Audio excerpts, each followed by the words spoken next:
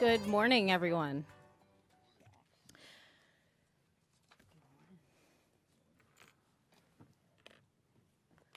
We are going to get started. I am going to take a point of personal privilege and give a shout out to my boys in the audience and embarrass them a little bit. Say Logan and Liam. So, the Solid Waste Authority Board meeting is called to order this morning at 9:30. Will the clerk please call the roll? Vice Mayor Baxter. Here. Commissioner Flores. There was Mayor a here Marino. from the back. Commissioner Powell. Here. Commissioner Sachs. Here. Commissioner Weiss. Here. Commissioner Woodward. Here. We have a quorum. Thank you. Mr. Pelowitz, would you please provide the invocation and lead us in the Pledge of Allegiance? Yes. Dear God, we seek your help with our affairs today. Bless this meeting with your divine intelligence and help us to make the best use of our own. We are of diverse opinion here, yet we wish to reach agreement satisfactory to all. Please share a little of your wisdom with us to help us do right by all concerned. Thank you for your heavenly blessing. Amen. Amen. Pledge allegiance to the flag of the United States of America and to the republic for which it stands, one nation, under God, indivisible, with liberty and justice for all.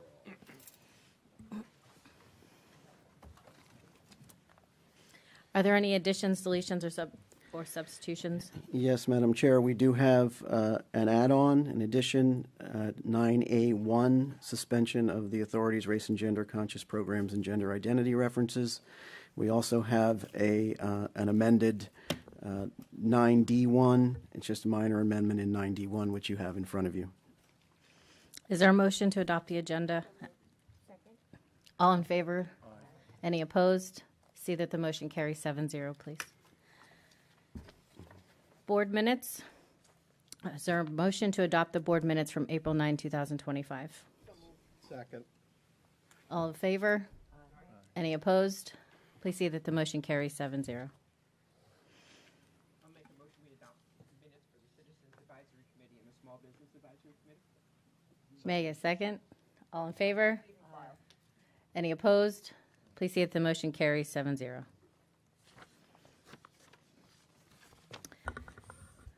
4B, Small Business Advisory Committee minutes. Is there a motion to receive and file? Did that together. You did them both? Fine. Number 5, consent agenda. Does anyone wish to pull anything from consent? I make a move we accept the consent agenda. Second. All in favor? Aye. Any opposed? Please see that the motion carries 7-0.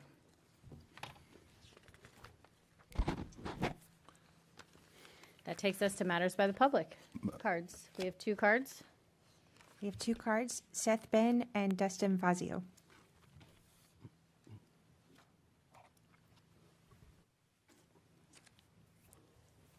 Good morning, Commissioners. Your mic's not on. Please see if your mic. Hit the button. Good morning, Commissioners.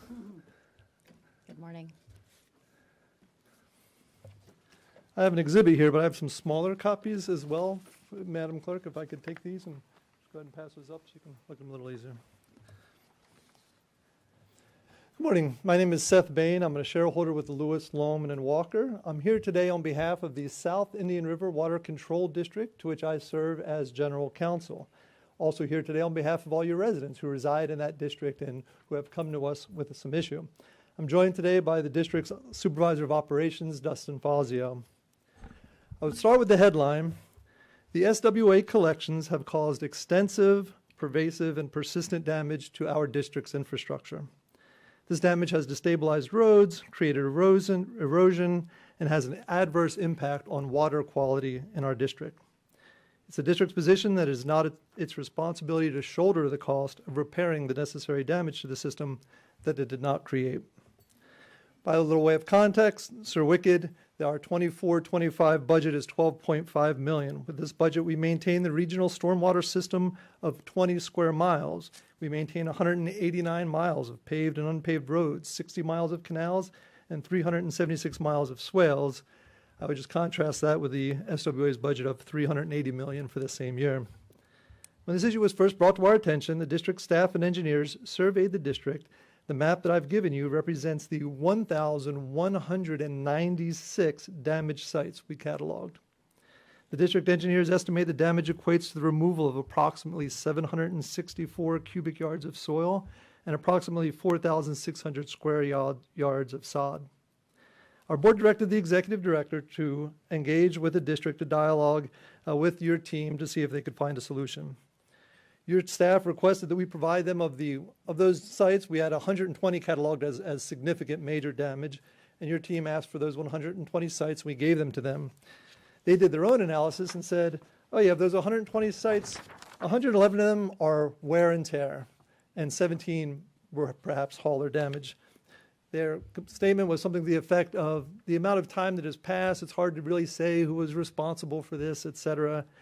And that designation of wear and tear, this notion that perhaps over time you could slowly chip away at our system and that would be just acceptable and we would have to bear that cost, we do not agree with. Upon that discussion and their response back, the offer that we got was to deliver a load of fill to a location of your choosing, which your team can use to repair the swales. A load of fill, 18 yards to repair the 764 cubic yards of fill that were missing, and no mention of sod, and then have our team do it. Mr. Ben, if you could wrap it up. Yeah, briefly. absolutely. Your team went on to say these damages went unreported, the SWA contractors denying responsibility. Our district's organized under 298. No one's allowed to damage our system, and if you do, we repair it, and we have the right to charge somebody double the cost of repairing it. Thank you. At the end of the day, Mr. the Ben. taxpayers are going to have to pay. Mr. Ben, Mr. Fazio, will you cede your 3 minutes to me? I do not believe we accept, His card. oh, both cards. Well, there's two cards, the two individuals. Well, the other one needs to speak. Okay, so Well, I will allow you to take his 3 minutes, but we are going to I start only the clock. I only need 1 more minute. Okay. The conclusion is the taxpayers of Palm Beach County are going to have to pay for this repair. It has to be done. And the reality is that we don't have the money to do it or the scale to do it. We would like you to direct your staff to work with us to repair at least the significant locations of damage and work on an operations plan that prevents this damage from occurring time and time again as it has throughout the entire district. That was a request. I'm here to answer any questions, and Dustin is here to answer any questions as well. Thank you. Thank you.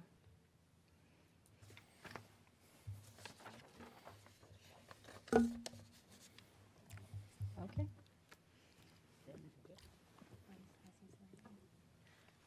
Commissioner Weiss? Yeah, thank you. Mr. Pelowitz, in the past, I know you all have worked together with these types of situations.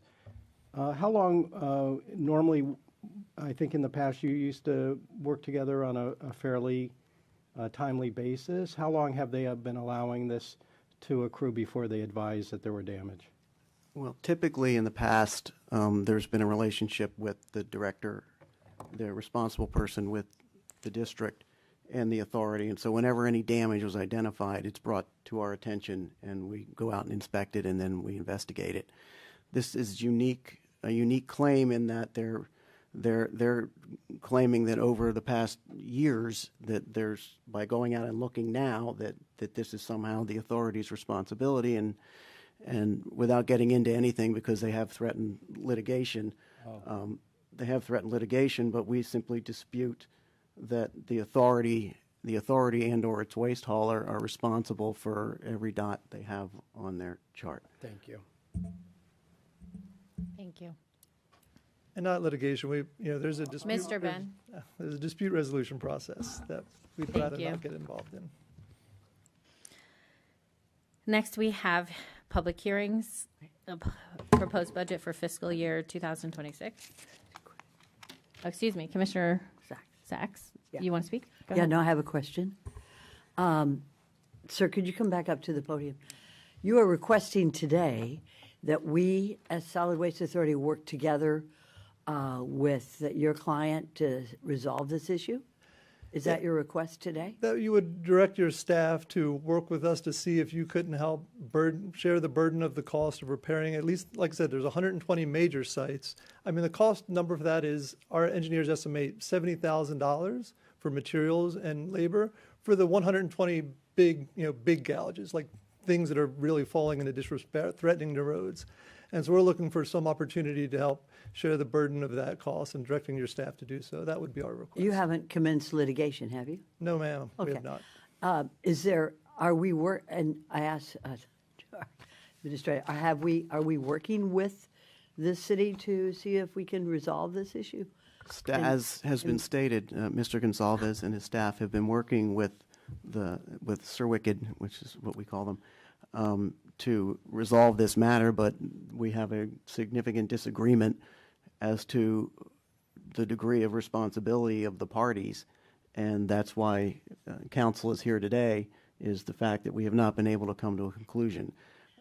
I'm willing to meet with their staff at any time to attempt to discuss the matter and resolve it, but beyond that, as I said, there was a meeting of their council where litigation was discussed, and that's really the issue we're in right now. So I'm more than willing to meet with anybody at any time You are, to I know. discuss the matter, and if council and or their representatives want to sit down and have a conversation, I'm more than willing to do that. I would just request some type of mediation, maybe a third-party mediator, anything in lieu of litigation. Absolutely. Which is expensive for the county. Why we're here today. Exactly. So I encourage you, sir, to continue to reach out. Mr. Pelowitz is very eager also to see if this issue can be mediated outside of the courthouse, because I hate to see litigation pursue. And I thank you, Mr. Pelowitz.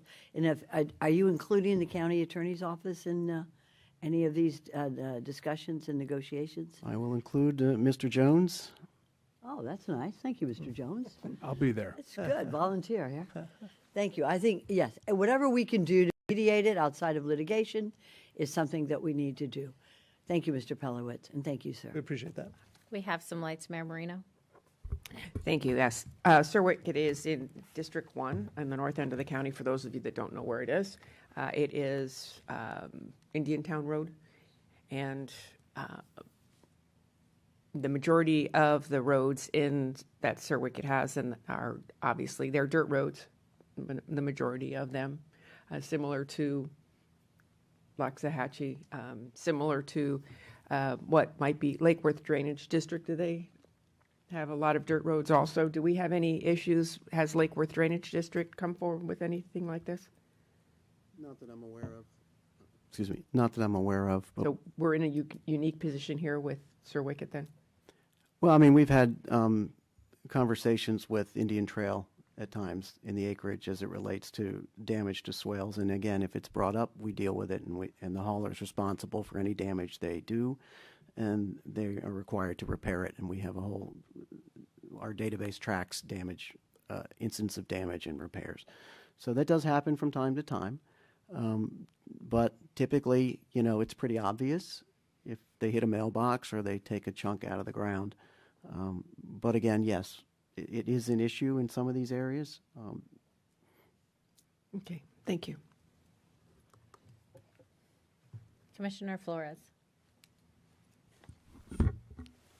So, what I'm hearing is a little concerning. Mr.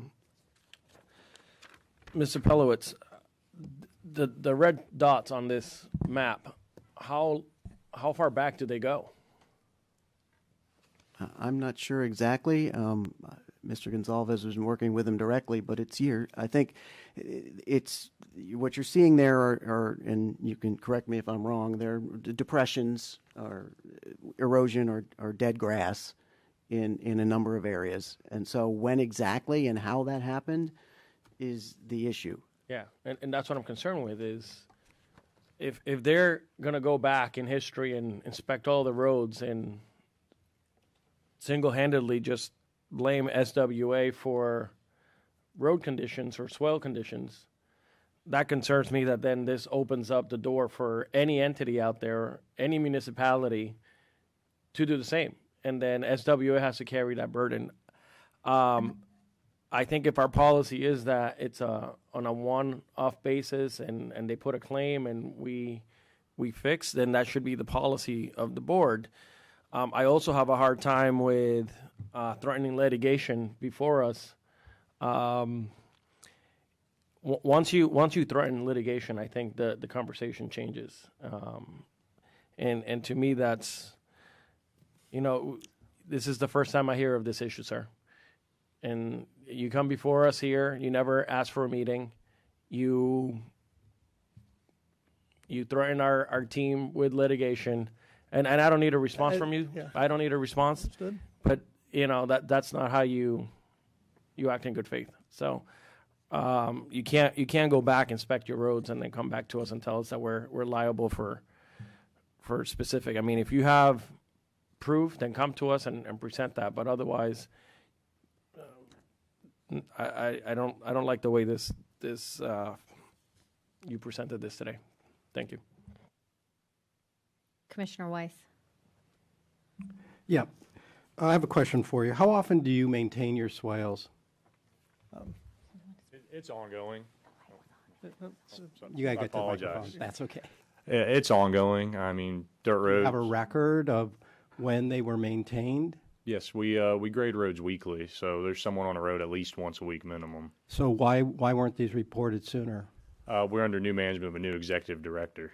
So That doesn't answer my question. when our new director came, this was one thing that he saw as an issue that was important to him, and this is something that he decided to pursue and bring to the board. So No, that's okay. Go ahead. Sorry. In the past, like Mr. Pelowitz has said here, we did work hand in hand with them, and that just slowly tapered off. I don't know the reason why. I'm relatively new here, 4 years, so before that, I'm not sure how that was handled. Well, this seems it seems to me, and just that without any kind of proof of what caused what, and a timely reporting, and I think if nothing else after today, hopefully you all can have timely reporting when things happen, so that they can be addressed and they can be looked at, and you can Absolutely. So I think moving forward, maybe you can go back to your executive director and let him know that our expectation would be that they, or that your organization has timely communication with the SWA so that it can be addressed. Because I think it's going to be very difficult to be able to show, if these things have been going on for many years, that who, how, and what caused it as well. So that would be my recommendation going, and however it goes out going forward, we'll see. But Commissioner Powell, and then Commissioner Woodward. Thank you. My question would be back to what Commissioner Sachs said in terms of getting together. I know Mr. Pelowitz said that you all could get together. I just want to figure out if there's a time frame so that could happen. And is it before our next meeting? I don't want to kick the can down the road, so to speak. It can certainly be between our next meetings. So, and I'm hopeful that y'all can really establish a date and kind of get back to the board on that so that we understand what's happening. And I do understand my colleagues' concern with other entities bringing issues before us. But if you don't know how the roads have been damaged, or if there's no willingness to really discuss it, it becomes problematic. So I would like to see you all have these discussions and figure out how to resolve issues. And if Mr. Jones would be there as our attorney, and Seth Bain as the attorney for the concerned party, that would be helpful for us, because we don't have the liberty or the privilege to sit here and say, well, we're not going to talk to them and they're not going to talk to us, and this is happening, that's happened.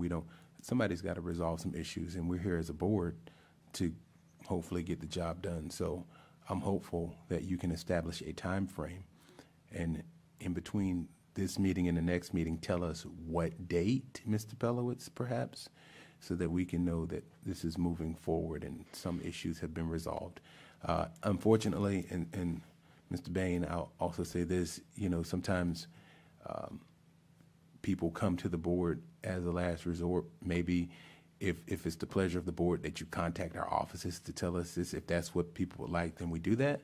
But I don't fault anyone for thinking that this is the time at a public hearing to maybe bring up an issue.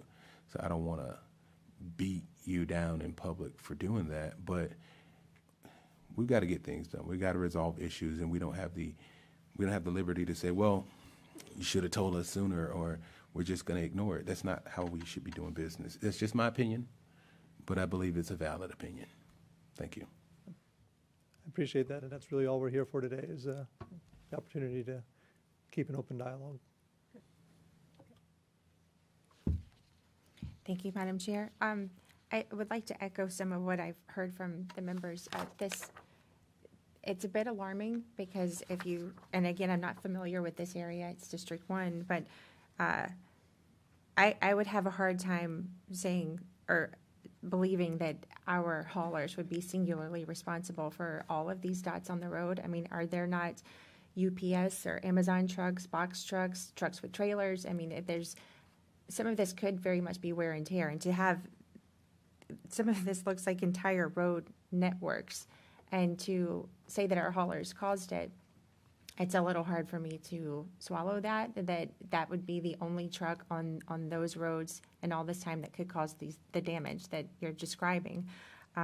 If our haulers do cause damage, I think it should be reported and we can deal with that accordingly. But this looks like all the roads almost in this entire area. And so unless our trucks are the only ones on those roads, if you're going back a couple of years and looking at this, I can't take that as our haulers are doing it. If there's agreement on certain areas where it's like, okay, that looks like definitely one of our haulers did it, and moving forward, alert us immediately and we can have, the repairs made. But to come with this is a lot. And unless they're the only trucks on the road, I don't see how we could say that this is on our haulers. Right. There's no question. When we were alerted to this project, and as he said, Mr. Kennedy directed the engineer to go survey the district. Let's see how extensive the damage is. And this is what the engineers came back with. And every one of these sites was photographed. Every one of them at least had sod missing that had been scraped off, or a deeper depression or significant depression. And I'm not negating excuse me, sir, but to say that our haulers are the ones that called it, I mean, without a little more definitive proof of that, or like it happened on this day, the trucks went through, here's all the damage. I mean, that's the type of, because this is going to be all the payers or all the taxpayers of the county will be paying to foot this bill. So it needs to be something that our hauler caused. And it can't just be wear and tear on the road, and it can't be damage that you found without saying that we caused it. Understood. Thank you. And we're going to notify and have been working to notify our constituents. If you see something, say something, right? Because of that, we realize the importance of that contemporaneous reporting is important. We absolutely get that, and absolutely, as part of this request, is to work with Mr. Pelowitz to make sure that going forward that there is a process in place and that they're timely responding, which I certainly believe they would, and it wouldn't be an issue. It's just as you said, the extent of the damage was shocking to us, and yeah, there's no question that you can't subscribe 100% of this damage to SWA, but it's our belief that it's like a majority of the location where it occurred, where it's at in the swale, is consistent with your operations. So, Mr. Bain, I'm the last to go, yep. So I am going to reiterate some things and give some of my own personal experience living on a dirt road with swales. So I will say that there's a lot of damage that comes to swales living in any area like this. And there's no way, I believe, we could attribute that all to just the haulers. In no world is that even possible. There are so many, to Commissioner Woodward's point, other factors that go into that. The number one damage to our roads, believe it or not, is usually rain.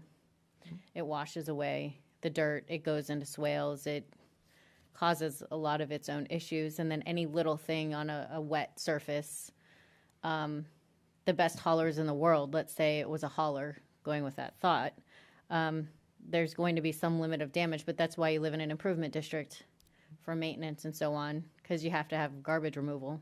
It'd be impossible not to. So I will say, I do find it, I reiterate, I find it concerning that there are this is a lot. And I don't even dispute the fact that there might be damage there. I think the fact that it all came from our haulers, that's a little far-fetched. I don't like, to Commissioner Flores' point, coming and threatening litigation. I think there was a better way to approach this. I also believe that I wouldn't mind, since litigation hasn't been filed. Am I correct? Absolutely. Not at all. I do not mind if staff wants to have a conversation and see what it is you're asking. Because I do, to Commissioner Sachs's point, litigation can get costly, and nobody wants to go there. So I will support that, but I don't want this to get out of control, and I don't believe there's any way we can say our haulers caused all this damage. You want to say something, Mr. Pelowitz? No, I'm happy to meet with them at any time. If they have specific information that lends it to believe that it's the responsibility of the hauler, I'm happy to listen to it. We're happy to work with them to come up with a process in the future to ensure that this stuff is handled on a timely basis and managed properly. And we'll be as responsive as we possibly can be, and that's what I commit to. Thank you. And I'd ask that the district from now on needs to report these on an individual basis. To your point of the residents need to report them as they occur, not bring a whole sheet worth to us. So, and I will end with that. So thank you for your Thank comments. you so much. I appreciate your consideration. Oh, excuse me. I have lights. Commissioner Powell is next, actually. He's flashing. And then Commissioner Flores. Thank you, Madam Chair. One of the things I was going to suggest is that looking at all these dots, Mr. Bain, and it doesn't require a verbal response, but perhaps you could tell us how many incidents you have documented here, because to me it's just a bunch of dots, and also pictures of these particular locations. I heard some reference to dead grass instead of swell damage. So this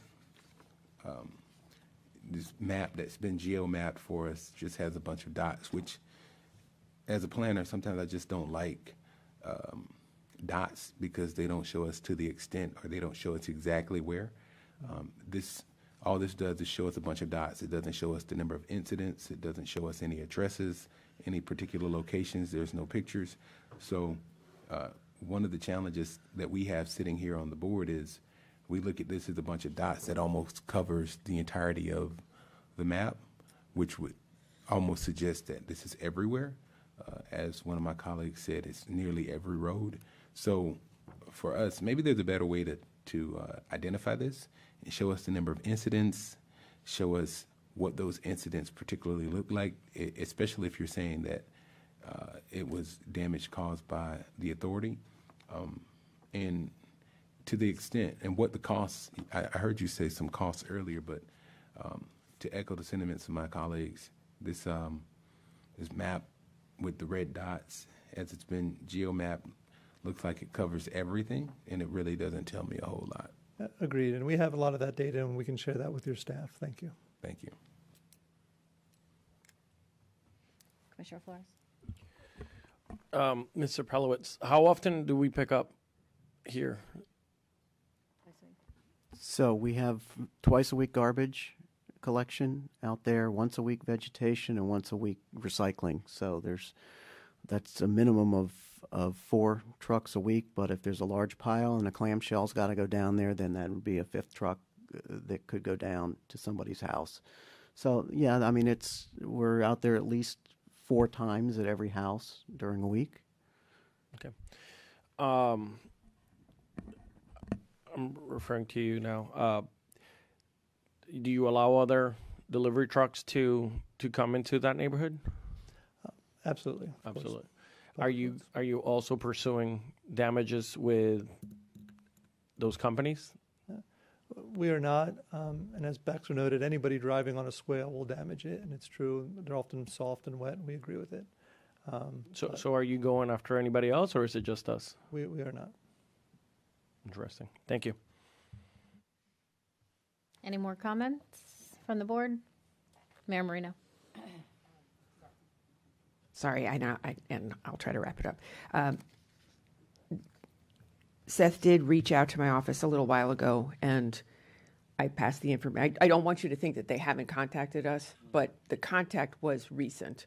They contacted my office, and I sent that information on to Mr. Pelowitz, and Mr. Pelowitz gave me history of what has happened with all of the other districts too, not just Sir Wicket, and how there has been maintenance along the way, but there has been a gap of years where no maintenance and no discussion has occurred. So why that is the issue, I do not know. But suffice it to say, we're here now. So there you go. But I didn't want you to think that, this was their first attempt at talking to us. They had reached out to my office. I did send the information to Mr. Pelowitz and had gotten what I had felt was a satisfactory response. And, there's an awful lot that happens within our districts that we don't feel, we need to share with everybody because we feel that the situation has taken care of itself. But I just wanted you to know that. Thank you. Thank you, Mayor. I think that's all. Yeah, thank you. Okay, we're going to open the public hearing for fiscal year 2026 proposed budget. If anyone would like to submit a comment card that has not on this, I ask that you do now. And if staff would please start the presentation, that'd be great. Yes, Mr. Dunkley, our CFO, is going to provide a presentation of the budget.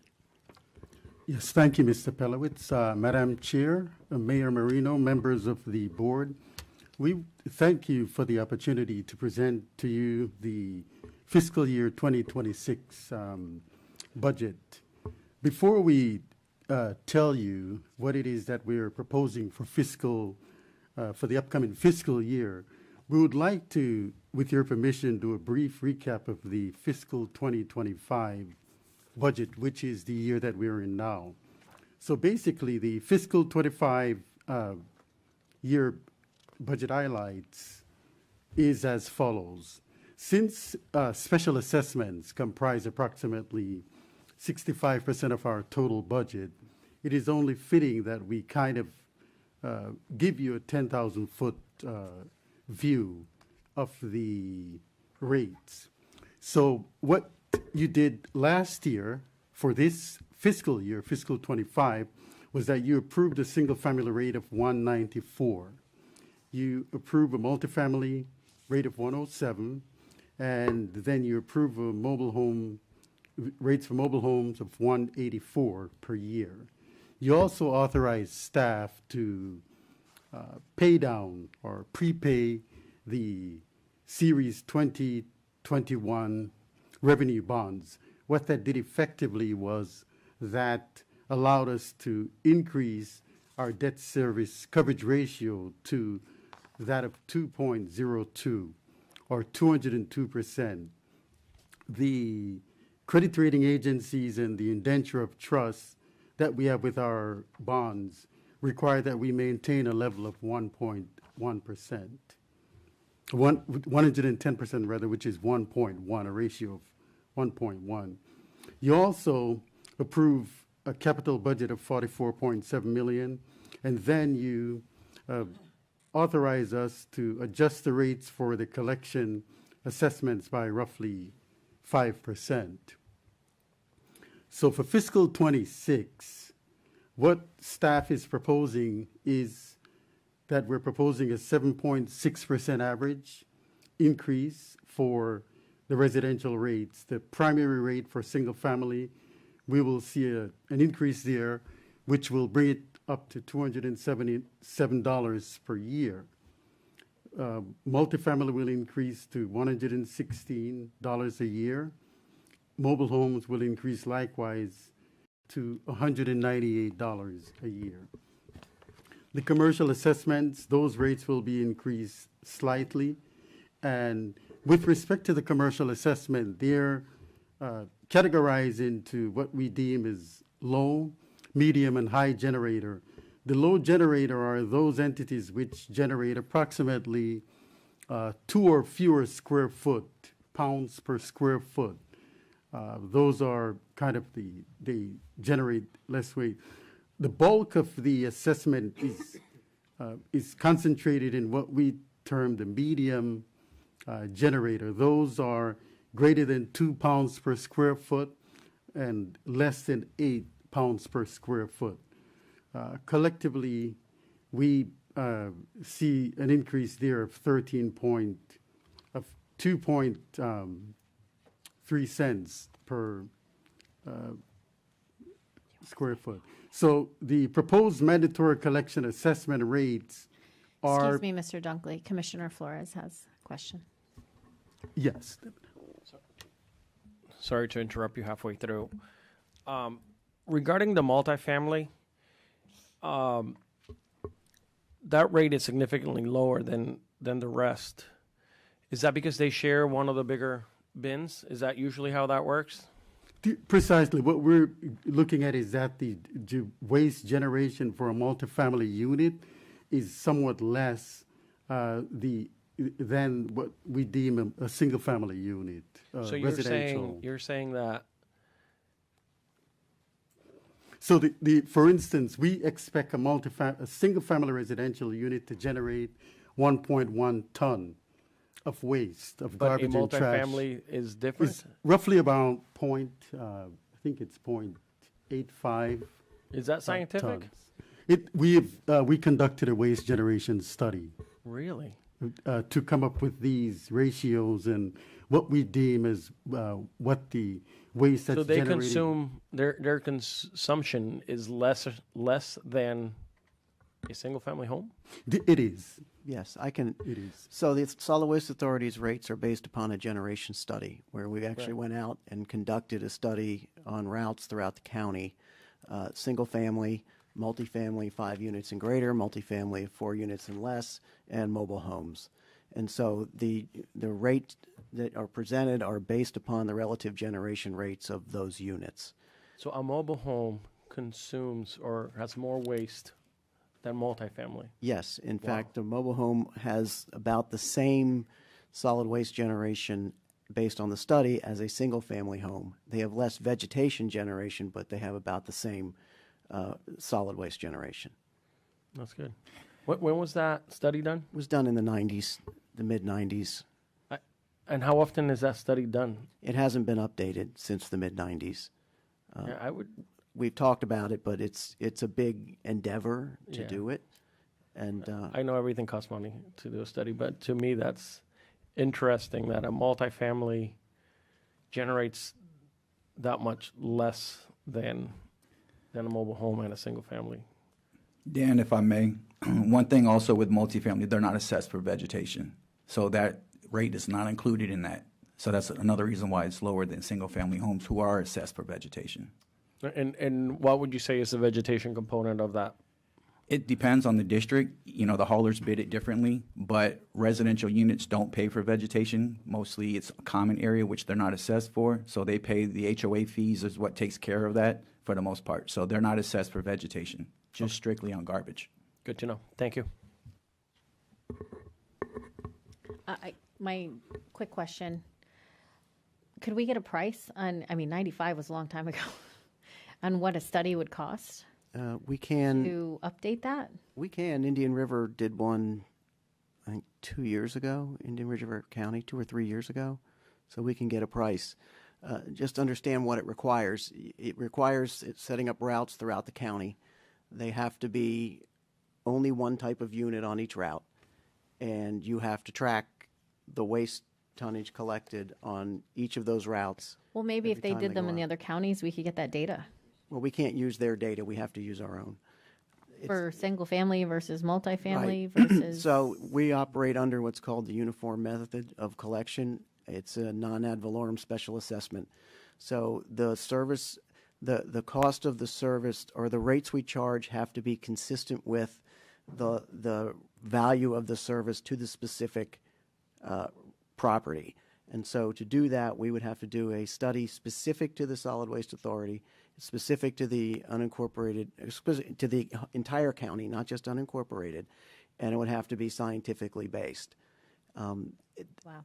It's important to understand that the pie is going to be the same. The study determines how the pie is broken up. So there's no scenario in which everybody pays less or everybody pays more. It's just it would be a reallocation based upon current generation rates of. So for right now, for example, A single-family home, it generates about 1.1 tons of garbage and 0.85 tons of vegetation. A mobile home generates about 0.58 tons of vegetation, just as an example. So those are the types of numbers you'd have to get again. And the technology is better now. I mean, you have the ability with onboard scales to weigh things better than we could back then. So if the board wants us to go to do another generation study, we can certainly do it. I'm just going to end with saying I'd like to know what that would cost. Okay. And Commissioner Powell? Thank you, Madam Chair. And my questions were along the same lines as the Vice Chair, the Chair. And I think about the mid-'90s, what I was doing, and I was just finishing middle school. And I've been done with grad school for 20 years. Got a whole daughter and a wife and all this. This is what has happened in 30 years. So I'm just, it's a little bit concerning that we said we're looking at a study from 30 years when technology has changed. 30 years ago, we didn't even have, they existed, but we didn't have cell phones. Could you imagine? There was no Facebook, no Instagram, all that. So these 30 years, that's it's a huge difference. But Vice Mayor, Commissioner Baxter also indicated that perhaps we could look at another study. Now, we're not saying we can take their numbers, but Commissioner Flores indicated that single-family and multifamily were different costs and were generating more. Maybe we should just look to see if it was similar in St. Lucie County, that multifamily is still generating less trash than single-family. In addition to that, think about the population growth in Palm Beach County over the last 30 years. As a planner, we look at comprehensive plans and we comp plan out 30 years. 30 years is a long time. In another 30 years, I'll be retired, hopefully. And I will be, but it's a lot. It was a lot to digest. You said, we did it in the mid-'90s. I was like, wow. So perhaps that's something that we should look at. So the direction right now is to look at what the cost is Of doing the study. of doing a study. And if you could just bring back to us your expertise in this, right? Do you find a value? It's been 30 years. Yeah, it has been, and certainly things could have changed. And normally, I think ideally you would do it more frequently. It's just the complexity of it is really the issue. I actually, in my previous roles here, conducted and oversaw the study back at that time. So I know how they're done. I was the one as part of staff kind of directing it. So I can certainly go out to a consultant and get an estimate of what it would cost to do it now. And also I'll forward to you, we'll get a copy of Indian River County's study and I'll forward it to you. Thank you. Any more? Oh, we have lights. Commissioner Flores. Yeah, I think we should every so often look at some of these studies, and they should be renewed. I think it's part of what we should probably do, especially since that's how we formulate the costs per unit. To Commissioner Powell's comments, the internet has transformed the world. Now we get everything delivered to our homes on an ongoing basis. So I think spending habits have changed in 30 years.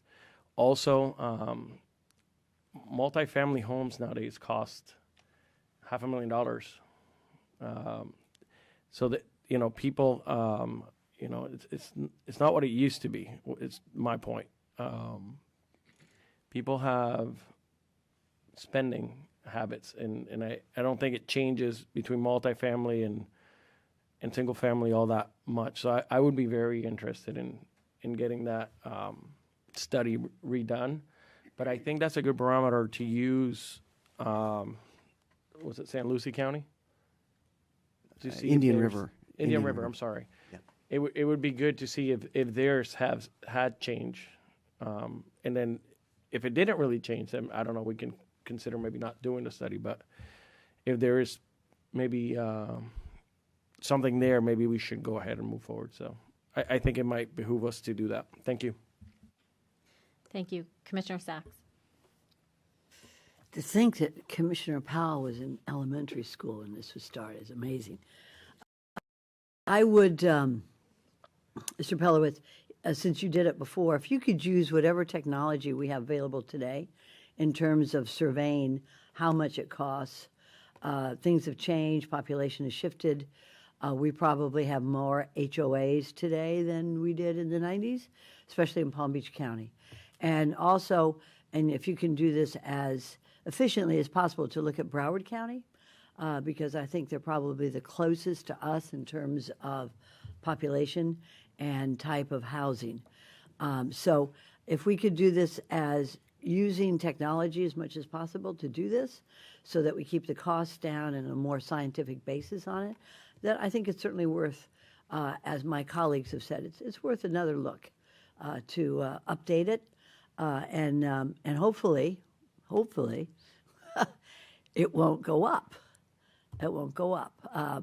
Because I would like to, though, to do it as efficiently as possible for the benefit of our constituents. Thank you, sir.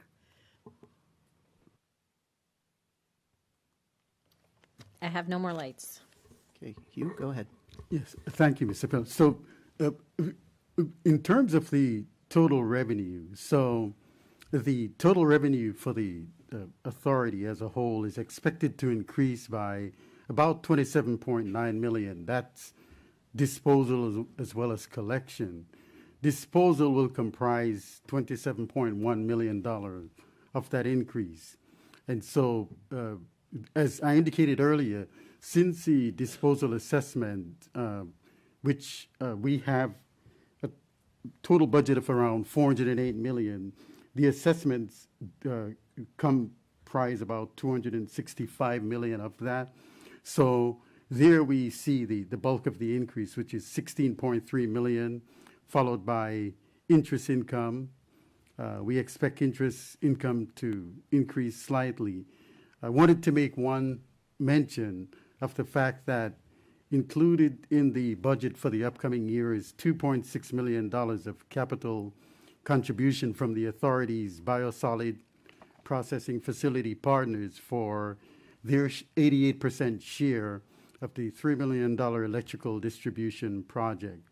We are proposing one particular change to the tipping fee, and that is to the direct landfill special waste rate, which we recommend an increase of $15 from $65 to $80 per ton.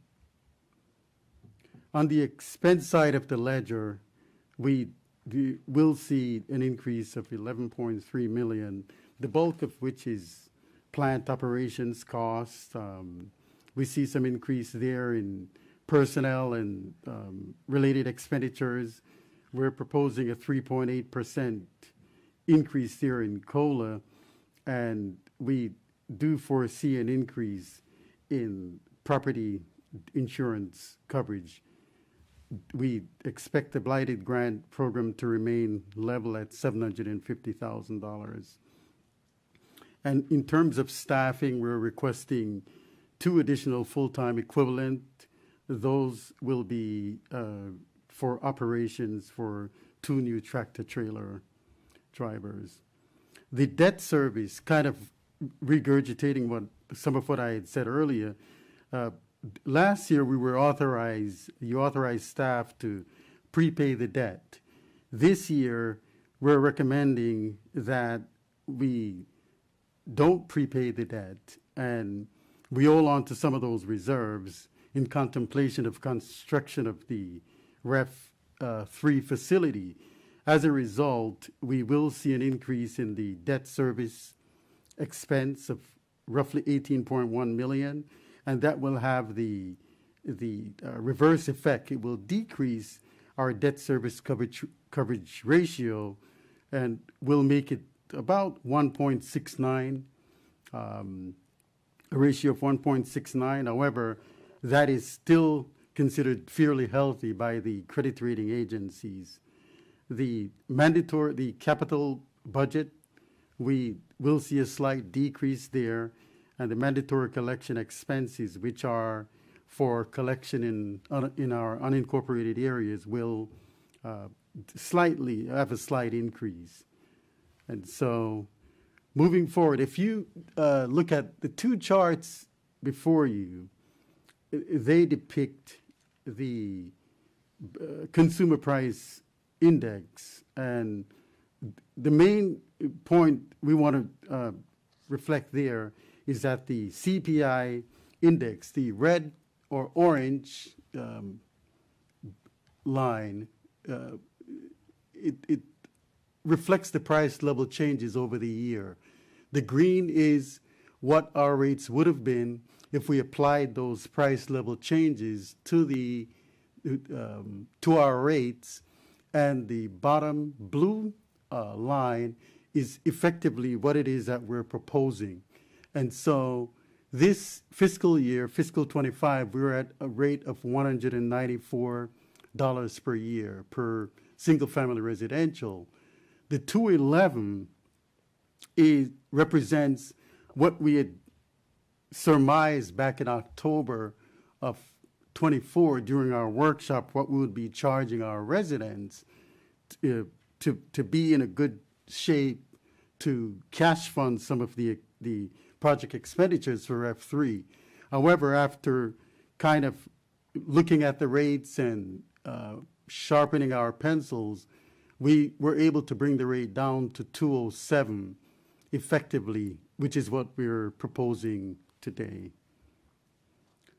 And speaking of the General Reserve, we expect at the end of this year that the General Reserve balance will be about $210.9 million, and we're proposing that we not prepay any of our debt service for the year. So on the collection side, the indices that we use to figure out what we charge our residents and in turn what we pay the waste dollars are based on two factors primarily. The first of which is the fuel index, and the fuel index comprise about 10% of the weight of the increase. And so we have experienced a favorable slight decrease in the fuel index since January. It's been around 10%. Nationwide, the energy prices have seen, the CPI has been a negative 3.5% increase year over year through May.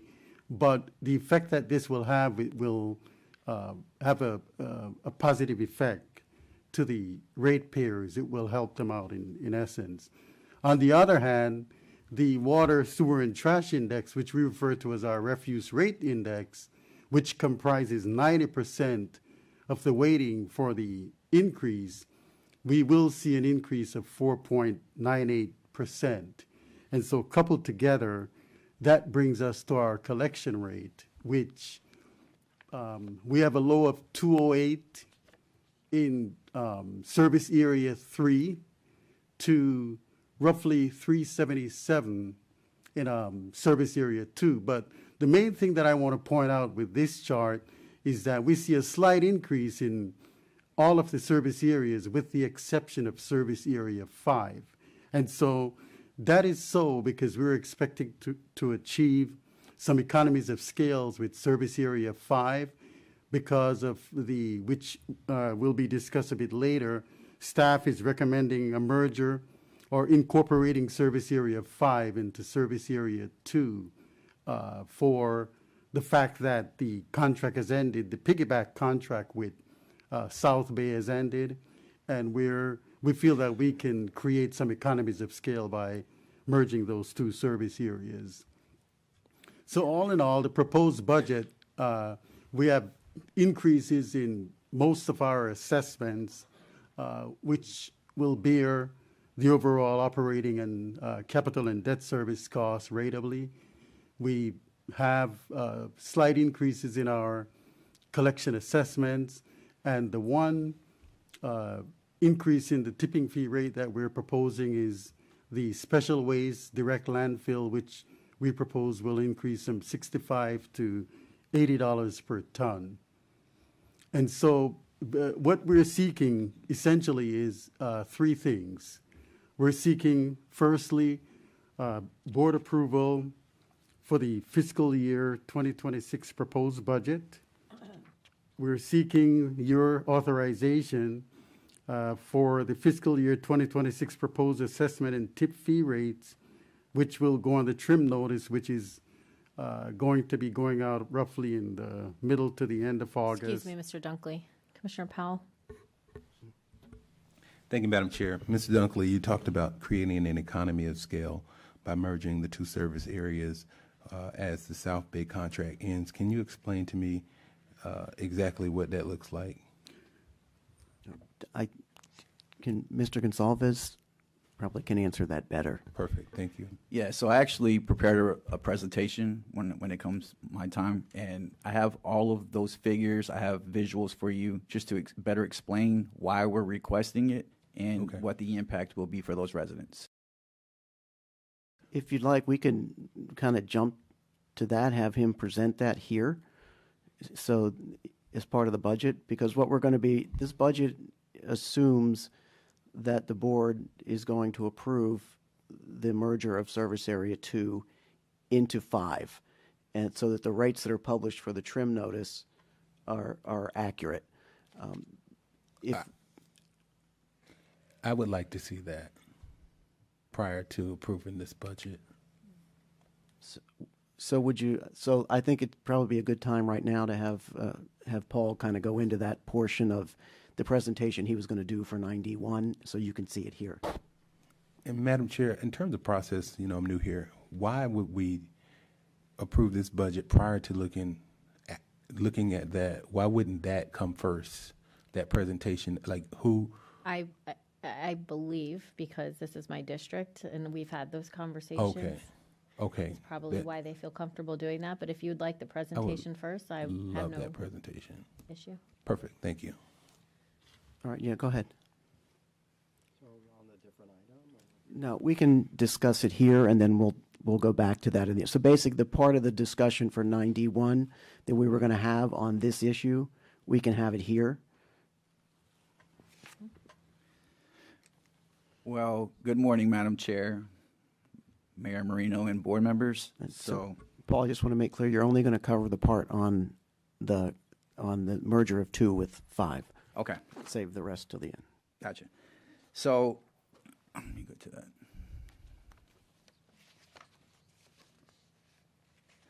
Page 8. So currently, the authority uses a cooperative purchase agreement with the city of South Bay, contract with Waste Management for solid waste and recycling collection for Service Area 5. The city's current contract with the hauler expires September 30th of this year. The city issued a request for proposal to provide these services for the next 7 years. The city received responses from 4 different proposers. The authority staff understands that there may be some potential delays in awarding this contract. As a result, the delays and the uncertainty, staff does not believe a similar cooperative purchase agreement for fiscal year 26 is viable. Therefore, staff is seeking board approval to incorporate Service Area 5 into Service Area 2 for the fiscal year 2026 upcoming franchise collection contract. Therefore, recently, Service Area 5 has been serviced, like I said, through a cooperative purchase agreement, and due to the geographical proximity of and logistical alignment with that area. However, the delays in the city solicitation does not align with the authority's schedule for budgeting and trim notice. So we have to have the unit count, we have to have the pricing and everything in order for the trim, going into the trim, knowing what the pricing will be. They're set to award, I believe, July 22nd, which will follow a protest period, and we can't foretell if there's going to be a protest, but because of the timeline differences, we can't really rely on that. We're requesting to incorporate 5 into 2.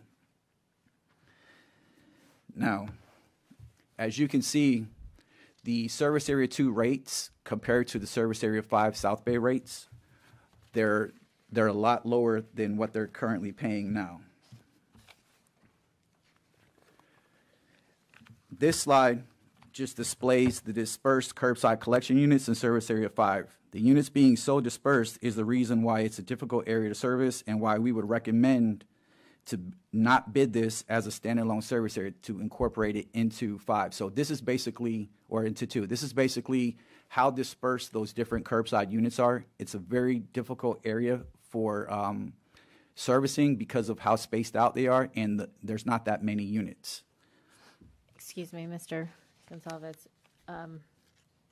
Commissioner Powell, your light is still on. Is it from the last one? Okay. I have, so to summarize, we're subsidizing South Bay using the other service area by incorporating it into this one. Yeah, so incorporating it into Service Area 2, it makes the most sense geographically because of how close they are. We would not recommend bidding this out as its own standalone area because, as the you rates know, would be much higher. It's one of our most financially impacted area, and because of the amount of units and how far apart they are, the rates would be extraordinarily higher. Thank you. Were you finished with you please proceed. Okay.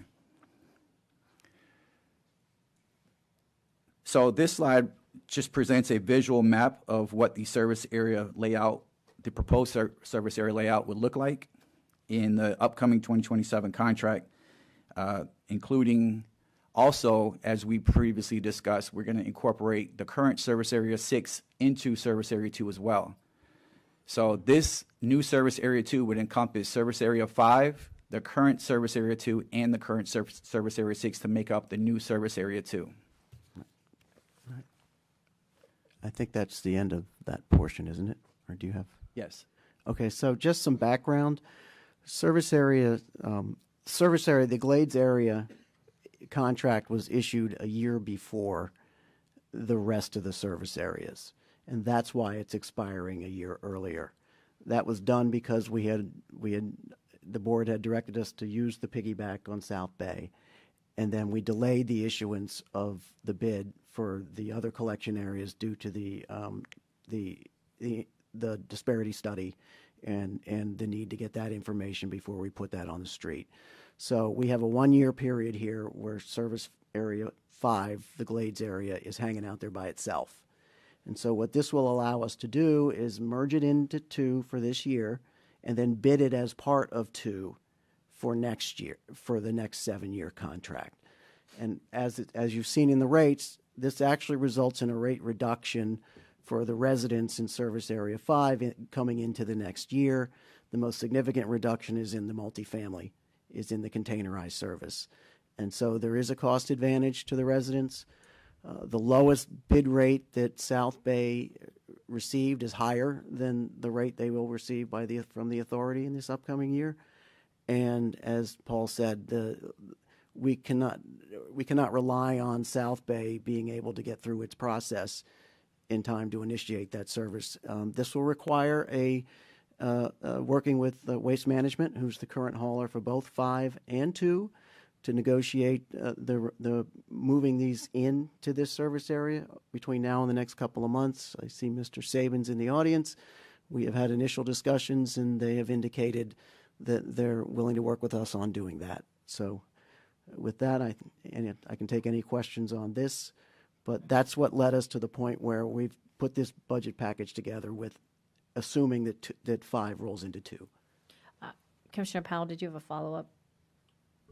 Thank you for that. Mm-hmm. So 5 would roll into 2 and 6 would roll into 2, and then we would wait until next year and bid it all out. So for this upcoming year, 6 stays where it is, but in the next bid, 6 is going to be rolled into 2. So instead of having 2 broken into 2 pieces like it is right now, it'll be a contiguous Service Area 2 that would also include the Glades. And then that Service Area 6 is actually being moved to the north end of Boynton Beach, where you see that little piece there in this chart here. And that will be now called Service Area 5 because we don't have a 5 anymore. So we're actually going to be 1 service area short. So you explained that service area, the original service area 5, right? That The one right now, yes. right now was bid by itself for 1 year. It was 1 year behind because what was it because of a disparity study, or what was the reason it was 1 year behind? So that service area 5 is actually a piggyback on the South Bay contract that was issued back then in 2018. And so it's a 7-year contract.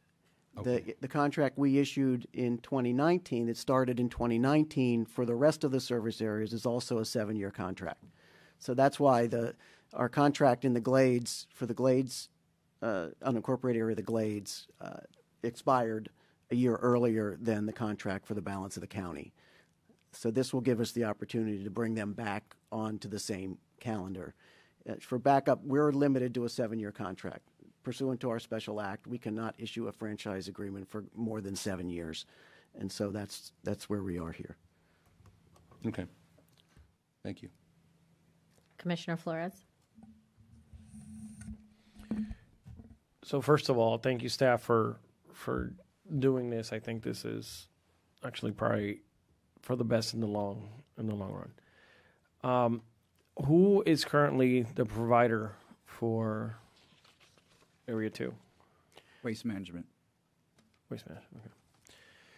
Okay. And then it's going to be Waste Pro? No, it'll still be waste management. Waste management, okay. And I don't know Mr. Savins here, so I guess my comments are simply going to be that I would like this to be a smooth transition, considering it's part of my district that's going to be, that's now Area 2.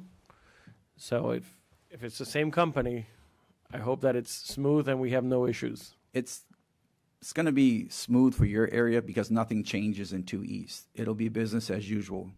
Nothing technically changes. The current service provider will just continue servicing, just under a new contract. Okay. That's what I wanted to hear. Thank you. One more. Commissioner Woodward, and then Commissioner Powell. Thank you. Oh, okay, Commissioner Powell. Thank you. Mr. Pelowitz, you and I had a discussion yesterday. I know waste management, from my understanding, waste management is currently the provider for 2 and 5? That's correct. So the conversation we had yesterday, where does Good Companies fit in there? The Good Companies doesn't. The Good Companies right now is the low bidder on the South Bay contract. So that's what the comparison that Paul put up relates to. It's just showing what their low bid price is. Okay. So as the low bidder on the South Bay contract, they would now be bidding on, that bid would be eliminated completely. Well, that's the South Bay contract, so they're in line to get it. They are our current service provider in service area 6. The Good Company is. They also provide service in Riviera Beach. So they would still be in line once all the service areas are merged together? Yes, they're certainly Okay. able to bid on the upcoming contracts, and they've indicated they're going to, so I expect they will. Commissioner Powell, may I ask a question? Yes, please. Is there a delineation between the City of South Bay's contract and our contract? Yes, so think that's what our we're getting at. contract is for the service area around South Bay. It's the unincorporated area that surrounds Pahokee, South Bay, and Belglade. And so these are all of the units that aren't in the incorporated area. It just seemed back in 2013 it was advantageous to piggyback the South Bay contract because our rates previously in that area were significantly higher than the rates that South Bay got when they put their proposal on the street. So that's the background. Thank you. And Commissioner Woodward, would you like to make the motion? Yes, I was going to make the motion that we approve the budget for 2026 and continue the public hearing until August 2025? Is that what's required? I have a first by Commissioner Woodward, a second by Commissioner Weiss. All in favor, say aye. Aye. Any opposed? Please see that the motion carries 7-0. Thank you. Did you need some further instruction? I just want to, can we just to be, I guess to be 100% accurate, can we just include approve the assessment and tip fee rates for the trim notice? May I have a motion? Amended to that, yes. Yes, thank you. All in favor? Any opposed? Please see that the amended motion carries 7-0.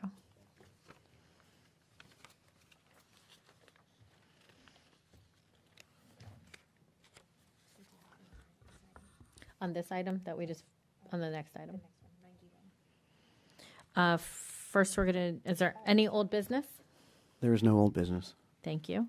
And so for item 9A1, we've done part of the presentation. No, 9A1 is the add-on, 9D1 will be the collection discussion. So we're in 9A1 right now, which is,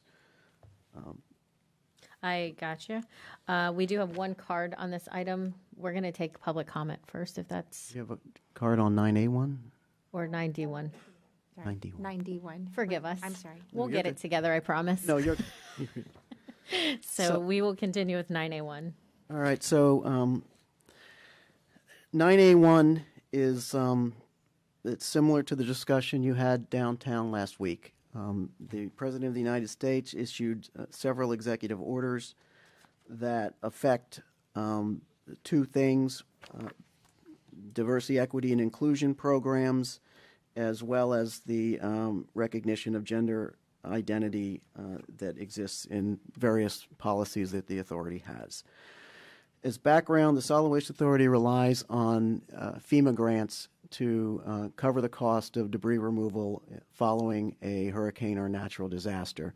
That can be, in the past, has been 30 million, 50 million, and it could be more. In short, these executive orders and the lack of certainty as to how the government will interpret the programs the authority has relative to their interpretation of federal anti-discrimination laws puts us in a position, in an untenable position of potentially not being able to receive those FEMA grants, or potentially exposing authority staff and or board members to liability in the event we sign the required certificates that certifying that the authority does not have any diversity, equity, and inclusion policies. So what we're asking the board to do is to direct staff to immediately suspend all diversity, equity, and inclusion programs at the authority, to direct the executive director to immediately suspend all race and gender conscious affirmative procurement initiatives in the authority's economic inclusion policy and procedures and in the purchasing manual, to return to a small business program, to return and to cease enforcement or utilization of preferences based on sex or race in procurement until otherwise directed by the board. We're asking the board to also authorize the executive director to remove all references to gender identity in the employee handbook, in the commercial non-discrimination policy, and wherever they appear, and to direct staff to return to the board with the amended purchasing manual for board approval in August. What we're also asking, and it's not written in the recommendation, but we probably should have put it there, is that we immediately put a statement in our purchasing manual that says, any and all references to small minority women business enterprises, SMWBE or MWBE or other similar references shall mean exclusively without exception or limitation small business enterprise referred to as SBE. All race and gender conscious APIs within this manual are hereby rescinded. We are recommending that these changes remain in place until further direction by the board. That could obviously be affected by any definitive court findings or court rulings related to these executive orders and this topic. That's the purpose of putting that statement in the manual now, is in the event that we get hit with a hurricane or natural disaster between now and August, I need something in the manual. I will tell you that we're a sub-grantee to the state. The state's the grantee, and the state is very particular about and often asks for copies of our policies and handbooks, and I would not want them to receive a purchasing manual that has the language still in it. So, Thank you, Mr. Pelowitz. Commissioner Woodward. Thank you, Madam Chair, and thank you, Mr. Pelowitz. We had a similar discussion for the county purposes last week, and I would like to go ahead and move this recommendation as you read and with the additional statement. Do I have a second? Second. We have some lights. We have Commissioner Powell. Thank you, Madam Chair. Ms. Pelowitz, within your conversation, the additional statement, you'd like to add that any SWBE program be referenced to basically say that if you left it off anywhere, it would be referenced as SBE. Also, in addition to that, you said in the handbook, you've already made reference that you will sweep any language that says SMWBE, I believe, so that's eliminated anyways. But you don't currently have any policies that you were indicating that would specifically speak to any DEI programs. Is that right or wrong? So we don't specifically have any DEI policies outside of what the executive order defines as a DEI policy, meaning the preference in our procurement. So we don't, to my knowledge, we don't. Other than that, the purpose of putting the statement in there is just to demonstrate to anyone who reads this that the authority is making every effort to comply with the executive orders. I think that's really the intent. Thank you for that. I don't think we added that particular statement at the county last week, but and I just want to reference that the whole issue we had is this idea of having illegal race and sex-based diversity and equity inclusion programs, and the definition of still illegal was never defined. So this whole process still presents a big challenge for me with regard to that, and with the abundance of caution, I know everybody's jumping to eliminate anything that says diversity, equity, inclusion, but I would like to see, and switching back to small businesses, but I want to make sure that these small businesses, whether they are women-owned or minority-owned, have a level of protection that sometimes is not provided. These issues, of course, will remain problematic, will remain a challenge. And last year we had a robust and comprehensive discussion. Well, it wasn't comprehensive. We could have went a little deeper, but we had a robust discussion. And, those are the things that I'm challenged with when I see this. And it's not just a challenge now, it's been a challenge since this has started happening. So I heard the motion in a second, and, I think I've said what I need to say. Unless people want me to opine any further, I'll rest my comments. Commissioner Weiss. Thank you. As was said earlier, I mean, we went over this last week. I just want to be clear, I do not support this policy. I think it's a clear attack on local control. I think, again, this has been something for years we have been trying to correct, and I think the federal government's overreach is here.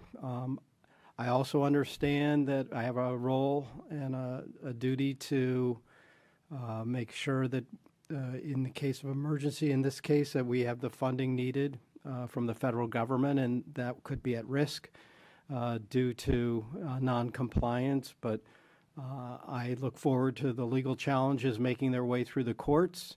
I believe that they will be upheld and that the administration will be deemed to be in the wrong on this, and that we have the right.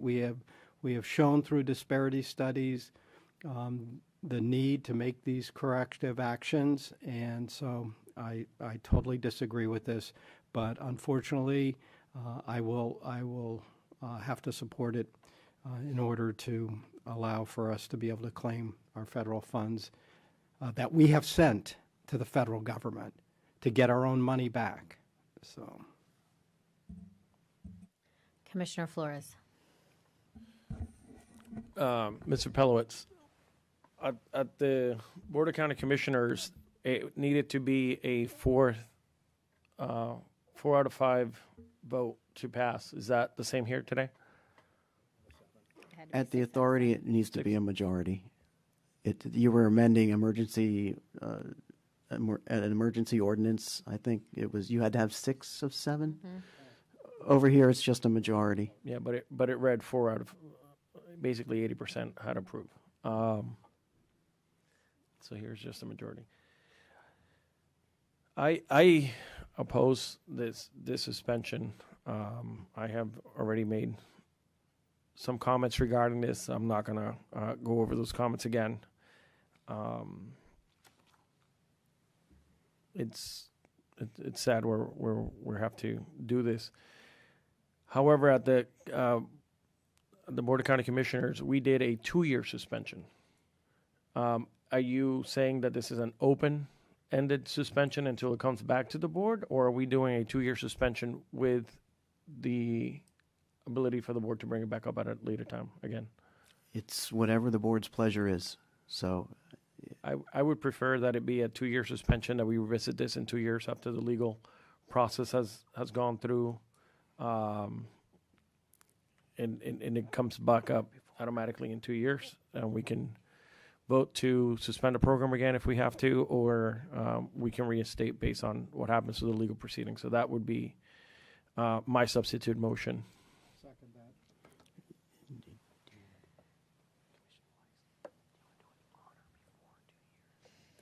Honor before. I do not have any more lights, so I'm going to go.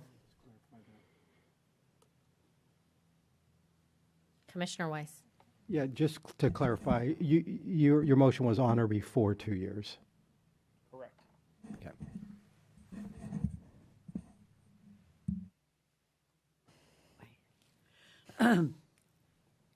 Commissioner Sacks. Okay, very good. Thank you, Chairperson.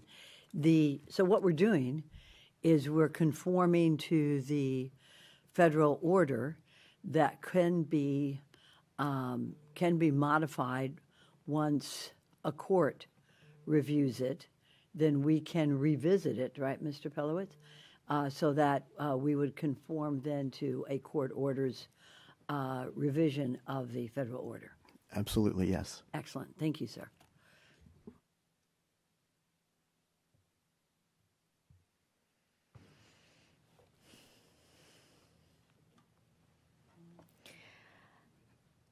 We're going to do a roll call vote.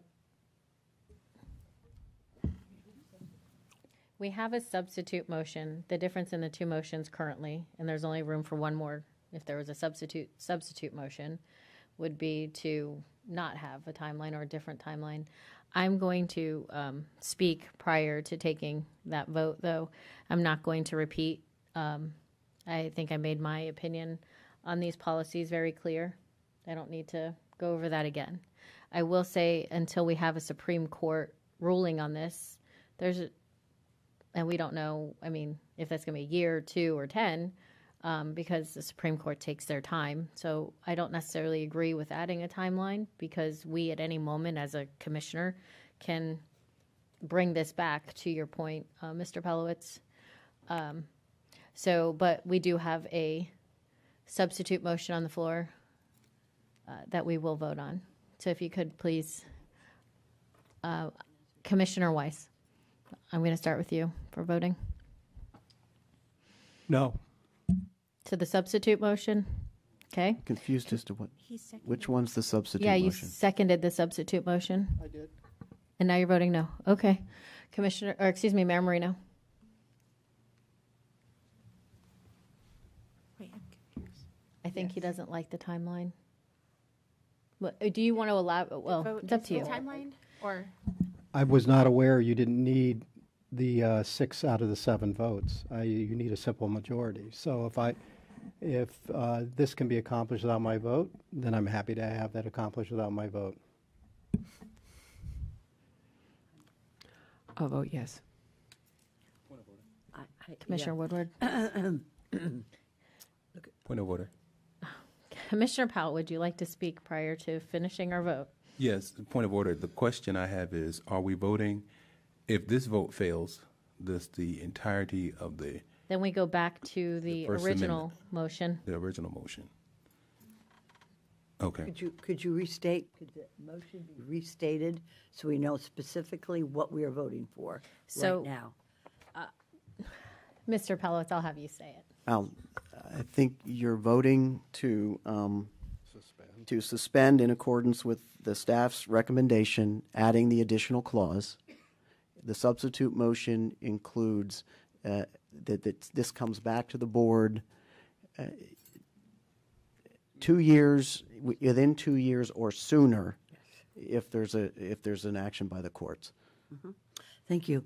And if I may, the person who made the original motion, can we just have, I think that regardless of how we vote today on the original motion, if the Supreme Court says you do not have to do this, then I would imagine that the Solid Waste Authority would bring that back to us, and that's what we're voting on, substitute motion.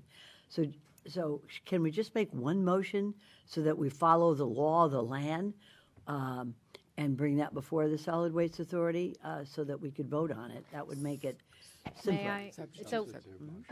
May I? So basically, the motions are exactly the same. Right now, the substitute motion is saying it has to come back regardless of a Supreme Court ruling or not within 2 years. Okay, now I If understand. that motion fails and we do not give it a majority, it will default to the first motion, which we will then vote on. It doesn't have a timeline. And if that fails, And if that fails, we're starting all over. Or it doesn't pass, actually. it doesn't pass. Yeah. I'm going to vote yes. Okay. Commissioner Woodward voted. Yes. Commissioner Flores. Yes. Yes. Sachs. No. I'm going to vote yes. See that the motion carries. I believe it was 5-2. 5-2. Yep.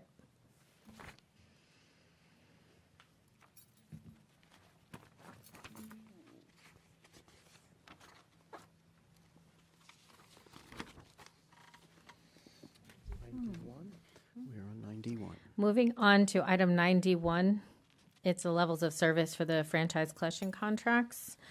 We are going to take public comment first. Who do we have? Okay, it is the company Great State Waste. Oh, they need a second, so we will take them afterwards. We'll have staff do the presentation. All right. Thank you, Commissioners. Mr. Gonsalves has a presentation. I just want to advise you that we expect to be putting these bid documents out on the street in September. So August is the last time we'll be before the board. In accordance with our policies and resolutions, the board has to approve all of these documents and all of the levels of service before they go out on the street. So that's why we're here today, is to get as much information as possible from the board so that we can finalize those documents to present to you in August. Of course, things can be amended in August if you wish to amend them, but it helps us at least get started on it. So with that, I'm going to turn it over to Paul. We're obviously we'll skip the section on the Service Area 2, Service Area 5, because we've already covered it. And Paul, please. Good morning again. So at previous board meetings, the board has made a few decisions on certain levels of service moving forward into the 2026 contract. There are a few items that were directed back at staff to bring forth before the board, one being the commercial collection rate, as well as some service options for the vegetation limits going into the next contract.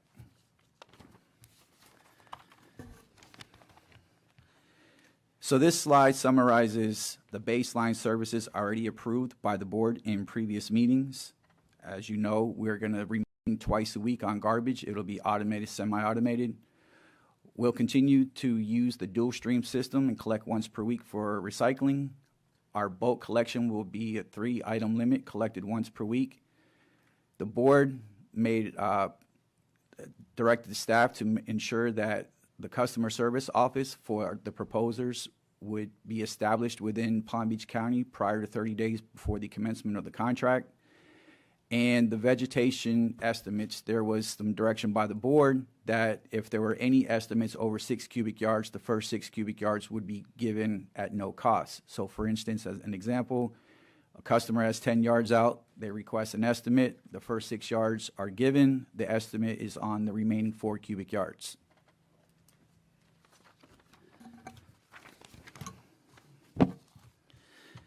This slide presents the rationale for keeping the existing 6 cubic yard vegetation limit with the change to the estimate-based fee for the excess over the initial 6 cubic yards. So basically, it would remain a 6 cubic yard limit if a customer, like I stated before, would request an estimate. Anything over 6 cubic yards, the estimate would be based on those cubic yardages. Now, one of the rationale for keeping the 6 cubic yard limit is if we increase the vegetation limit to 12 cubic yards or whatever the board deems necessary, it's going to result in higher collection costs. The increased rates for all residents within the service area regardless of need. It would reduce competition by attracting fewer haulers, and it would require a revision of our current ordinance 2019-022, as well as it would reverse pretty much 15 years of customer education trying to get customers to amend to the 6 cubic yard vegetation limit. Our current system allows flexibility, and for residents who need more than 6 cubic yards, they can pay for only what they use via the estimate process. No other residents would be affected by that.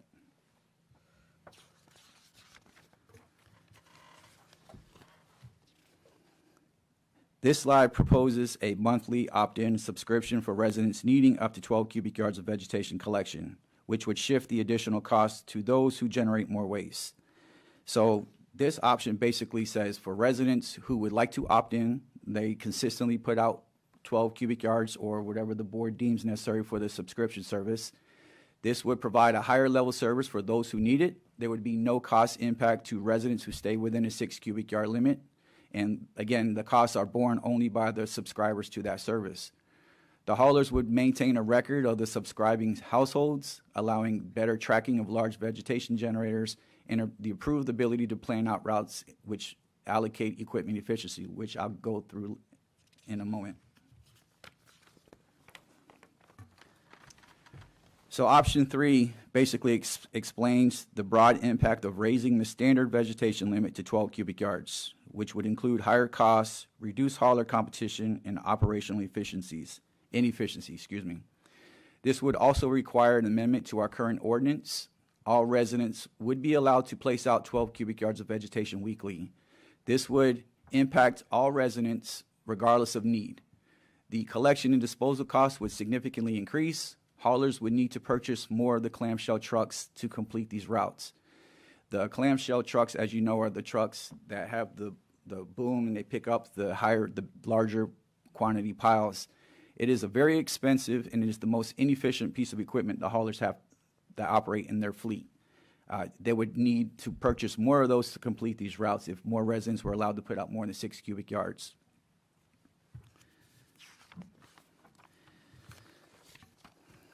So this slide just basically analyzes how larger vegetation limits affect the grapple truck efficiency, showing fewer homes can be serviced per load and more frequent dumps would be required. So there are 2 different trucks that the haulers typically operate for their clamshell. It's basically the 35 cubic yard clamshell trucks and the larger 55 cubic yard clamshell trucks. This graph just depicts if 20% of a 900 home route. So if the route consists of 900 homes, if only 20% of the residents put out the 12 cubic yards, one single 35 cubic yard truck would only be able to pick up roughly 3 to 4 homes if they put out 12 cubic yards before it would have to come to our yard, it would have to empty and then go back on route to finish their routes. Like I said, the need for one single truck, it would take them 60 revolutions of picking up the same amount of homes, dumping at our yard and coming back. For a 55 cubic yard truck, it would be roughly 36 revolutions. So typically right now the haulers operate roughly between 5 to 7, whether they own the trucks or they subcontract these trucks out to finish their current routes at 6 cubic yards. So they would need to almost double their fleet to maintain or keep up with the 12 cubic yard rate that residents would be allowed to put out.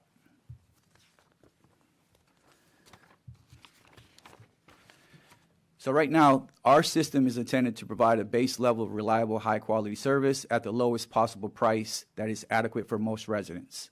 The system allows those who want a higher level of service to pay for it without affecting what other residents in their service area pay. The changes the SWA has made over the years have been done to encourage competition for these contracts and to produce the lowest possible collection rates.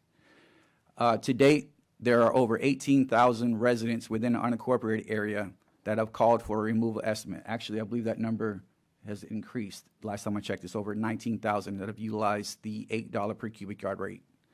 So the current vegetation program has been successful, and to date, we've had no special magistrate hearing.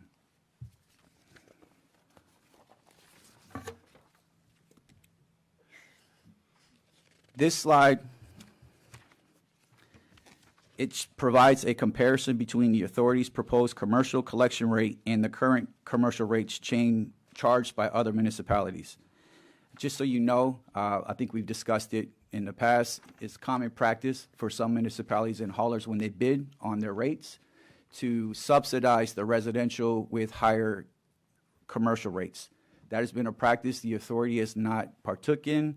We typically want to bid what it is, and the rate that staff has proposed this year for the upcoming contract is roughly $5. It is $5.50 per cubic yard. So I'm here for any questions that you may have.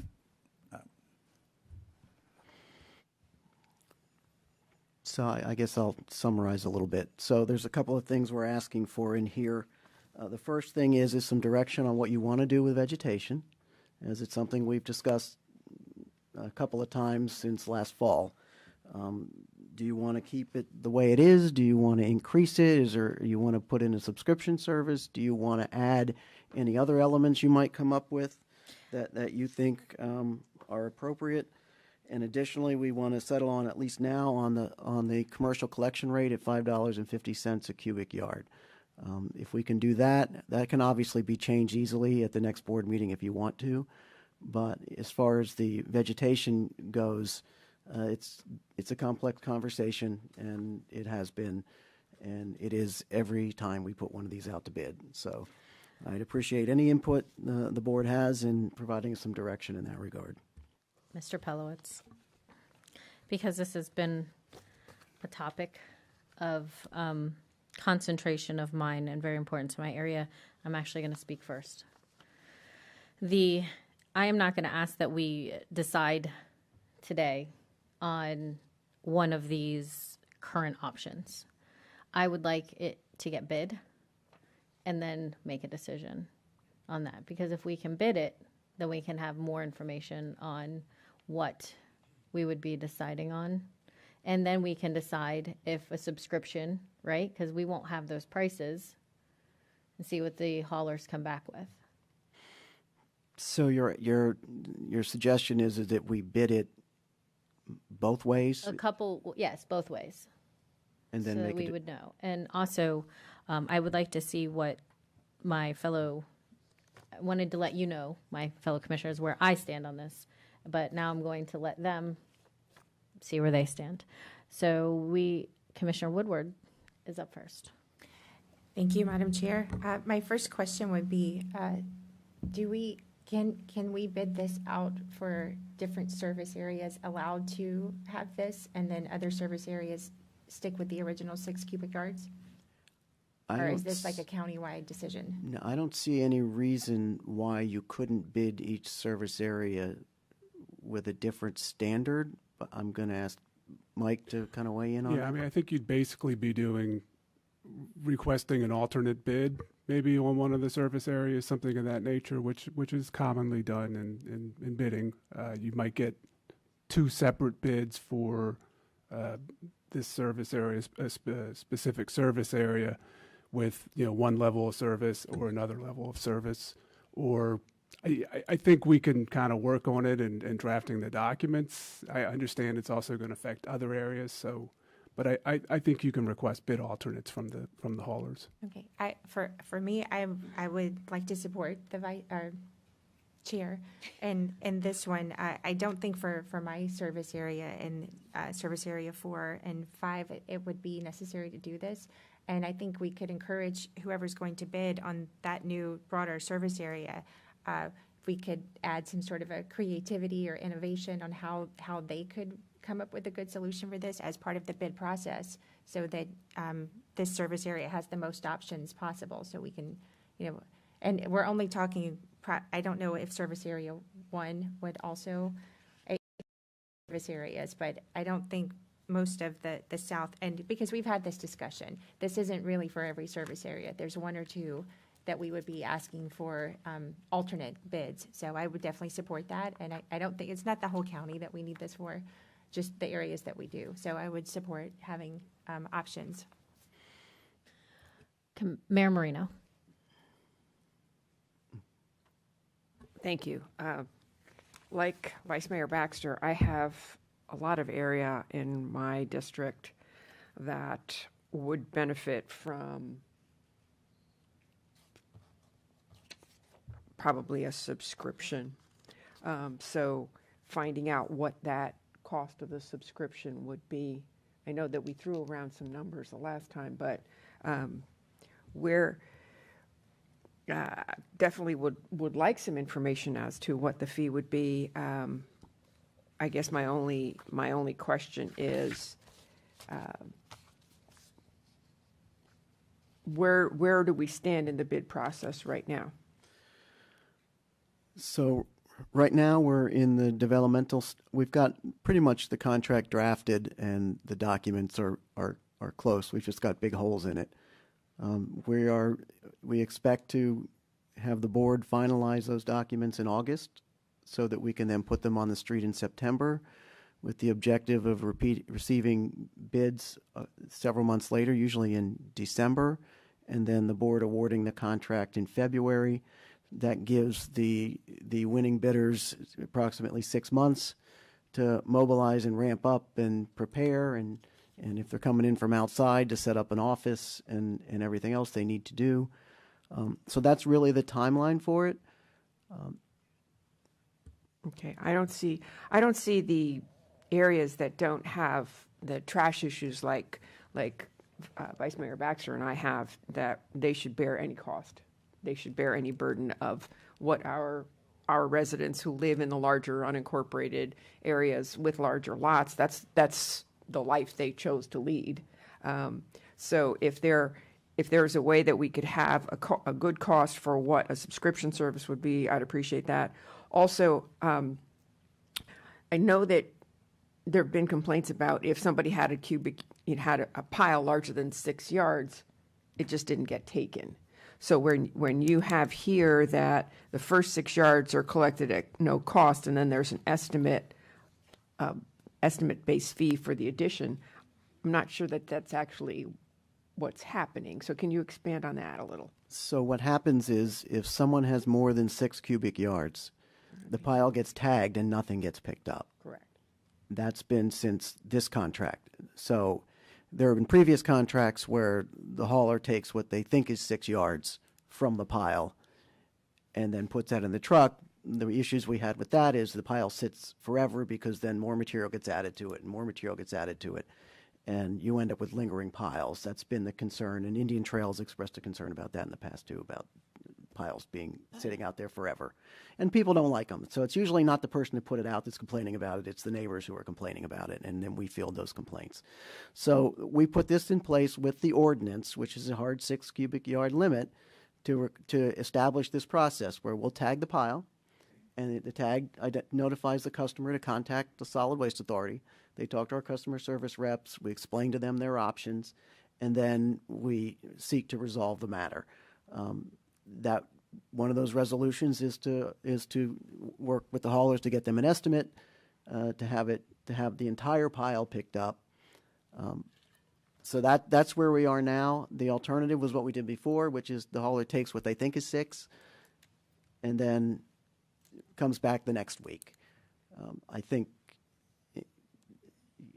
we did it for a long time. It's not optimal because of the problems I stated, but clearly, if I don't think it's an either or in all these cases here. You could have the estimate program and in addition to that, have the subscription service on top of it.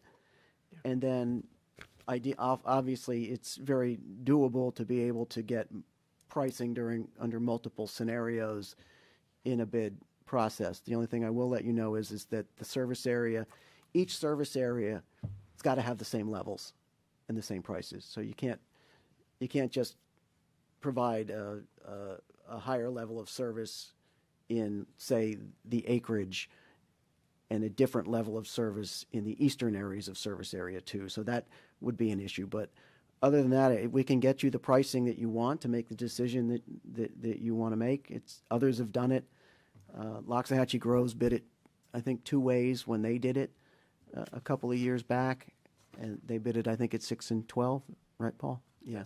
So it can be done. Sure. Go ahead, Vice Mayor. Just so you know, most of the smaller condensed areas in the district are the new service area 2 that you have outlined. Wellington has their own contract. Royal Palm Beach has their own contract. A lot of the lots in unincorporated area, I mean, we're talking even outside the acreage. We have little ranches. We have the ranchettes. We have a lot of acre plus lots in the unincorporated areas. So this, I do agree with you. The level of service should be the same. I mean, even out in unincorporated areas of the Glades, they have large lots. And so they really could benefit from this as well. One thing I wanted to, that I forgot to mention, ask my board, and I wanted to ask you, Dan, if it was possible. So for the month of May, prior to hurricane season, maybe there's a compromise of having unlimited vegetation just for, again, once a week, just for the month of May in preparation for hurricane season. And then the second part to that would it be possible to get resilience grants, dollars, or something to sort of offset those costs? Well, on the second part of that, I'll be honest, I don't know. On the first part, yeah, there are communities that do, what do they call it, amnesty? I know the city of West Palm Beach does it.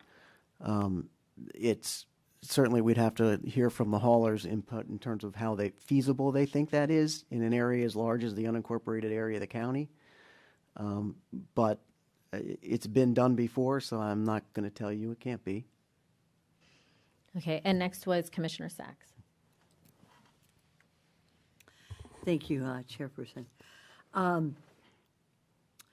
As a representative of an area that is all unincorporated, no cities, I think that what we've been discussing, to have a choice of what people want to do. If I know the 6 yards is an issue that we tackle every week. Fridays is our day in our area. But most people are very compliant. However, there are some who would prefer to pay more to have a larger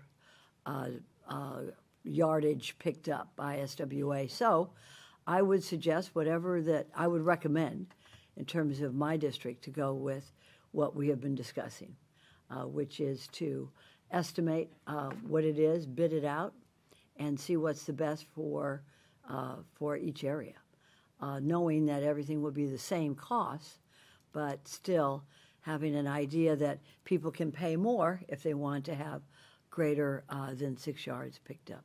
So I go along with what all my colleagues up to now has cited. Thank you. Commissioner Flores. So I want to tackle the comments that Commissioner Mayor Marino mentioned regarding picking up that initial 6 cubic yards. My opinion would be that we pick up what they assume is that 6 and leave the remainder, and the remainder gets tagged. I know I'm complicating things here a little bit. No, that's what we do now. Well, that's what we're talking about now. But that's what I would prefer. And then that way, 2 things happen. One, they got that first 6 picked up, and then now they know that they have to do something to remedy the situation. That way, that pile won't linger, as you're saying. So that would be my 2 cents there. And they may have an idea of what 6 cubic yards actually is. through refrigerators. It is. Right. So, but that's up to the person that's going to be picking it up, right? To make that call. Yeah, and like I said, that's the way we did it for years. Yeah. So we have experience with it. It can be done. It has been done. Right. So that would be, I mean, you tag it that way, they have to find a remedy for the remainder of it. As far as the options, Paul, Mr. Gonzalez, you mentioned that option 3, let me go back. Mr. Pelowitz, you mentioned that all levels of service for all areas have to be the same? No, within each service area, it has to be consistent. Okay. Then I would have a problem with my district being incorporated into S2. Because you just combined them. We just made a motion on this upcoming budget to combine them. The eastern, I think they're already combined. The eastern area too is Lake Worth Corridor. If we can pull it up on the map right now. Yeah, right there. So yeah, that's the that- majority of my district now got lumped into the western. It has been in service area 2. I don't know where your district boundaries. So All right. So if you look here, my district would pretty much fall into 6 and a little bit of 1. right, then yes, that's Right. now So now part of you're 2. lumping it into 6 is mostly Wellington. yeah, but it goes all the way to the beach. So that's Green Acres, Palm Springs, Lake Worth. That's my So 6 and 2 East is divided at Jog Road. So Jog East would be the east part of Service Area 2, and Jog West would be the Service Area 6 boundaries. Right. But as you stated, the next contract, Moving it forward, would all can be you one contiguous service area. Put that up again, the future one. So with the proposed, now you're putting my district into SA2. And if we're going to provide a higher level of service there, my residents don't need that higher level of service. So I don't want them to be paying more in that particular district, in that particular area. So I would be in favor of a subscription based that if you need more than the 6, you pay for that. That would be my, and I'm all about inquiring and looking at that option, what the cost would be. Thank you. Commissioner Weiss. Thank you, Mayor. And so, our Chair, Mayor, whatever, Vice Mayor. I'm fine with your request to have it bid out both ways for Service Area 2, and we can have that discussion. I believe the 6 cubic yards for most people, most of the time is satisfactory, and on the occasion when they need more, they can go ahead and either, if it's on a regular basis, do a subscription, or if not, on the on the as needed basis to get that. Whether or not we leave the 4 above the 6 cubic yards behind, or take the whole, or leave the whole pile behind. I mean, I guess that's it. They're going to have to make 2 trips regardless, apparently. So I don't know if that saves, or I mean, that would be the only thing is is there any savings if they take that 6 cubic yards at that time and come back for the balance? I guess that would be. Well, so the way it works now, like Mr. Pelowitz said, if a resident, I'll use 10 yards for an example, has a 10-yard pile, and they want the whole pile removed. So they pay at our current contractual rate $8, so it's an $80 pile to them. And with the current rates, we've had over 19,000 estimates, people who want to use that service. What we're doing now is essentially saying that same 10-yard pile is now going to cost you $32. So there is going to be a savings, and it would also, you would probably get more requests for some of these estimates, because if they know they can pay $32 as opposed to $80 for a 10-yard pile, they're going to save money. Only the people who requested the service would be affected. and it would be a reduction. No, I understood that. I guess I meant a savings on the hauler side. That if that would be more cost effective for them. So if they go into the contract knowing that the first 6 cubic yards is going to be free, they would have to include that in their bid rates. So they would incorporate that. It would definitely affect them because now, like I said, they're making less money on that 10-yard pile. I understand that portion of it. What I'm trying to understand is whether they pick up the 6 on the first go around. If they pick the 6 up, I'm following up on Commissioner Flores's comment, which was pick up the 6, leave the remainder behind. Is there any cost savings to the hauler to handle it that way? Is it more expensive? Is it cost the same? That's the question I would have, because ultimately, if it costs them more, it's going to cost everybody else more. And what I believe is the right thing is that, in general, I mean, obviously there's some offsets and subsidies that happen because some people put out less garbage, some people put out more. But in general, I don't like to see the majority of the people having to subsidize the few. I would rather the few pay their own way. But so that's my question, and it may be negligible. It may not even there may be it may not matter because, as you said, they're going to have to make 2 trips, right, for that pile. So here's the issue. Like Dan said earlier, someone puts a 10-yard pile out, they pick up 6, tag the 4. Now that pile sits. Here's a couple of issues that we've ran up against in the past and why we made the necessary changes to the 6 cubic yard ordinance. A customer who has a 10-yard pile, 6 yards is noticeable. But a customer who clears their lot, puts out 20, 30 yards, and 6 yards is removed from that pile, it doesn't look like 6 yards was removed from that pile. So now they're calling customer service. They're telling us that the hauler did not take, they don't believe they took 6. We, in turn, have the hauler go back, and now it's a cost expense to them because now they're having to mobilize and go back and take another 6 cubic yards when they've already removed 6. And then, not to mention, going back to that 10-yard pile, like Dan's point, so you take 6, there's 4 remaining. Well, they get 6 yards each week, so now they're putting out another 6. So now they're still taking 6, and that 4 yards sits.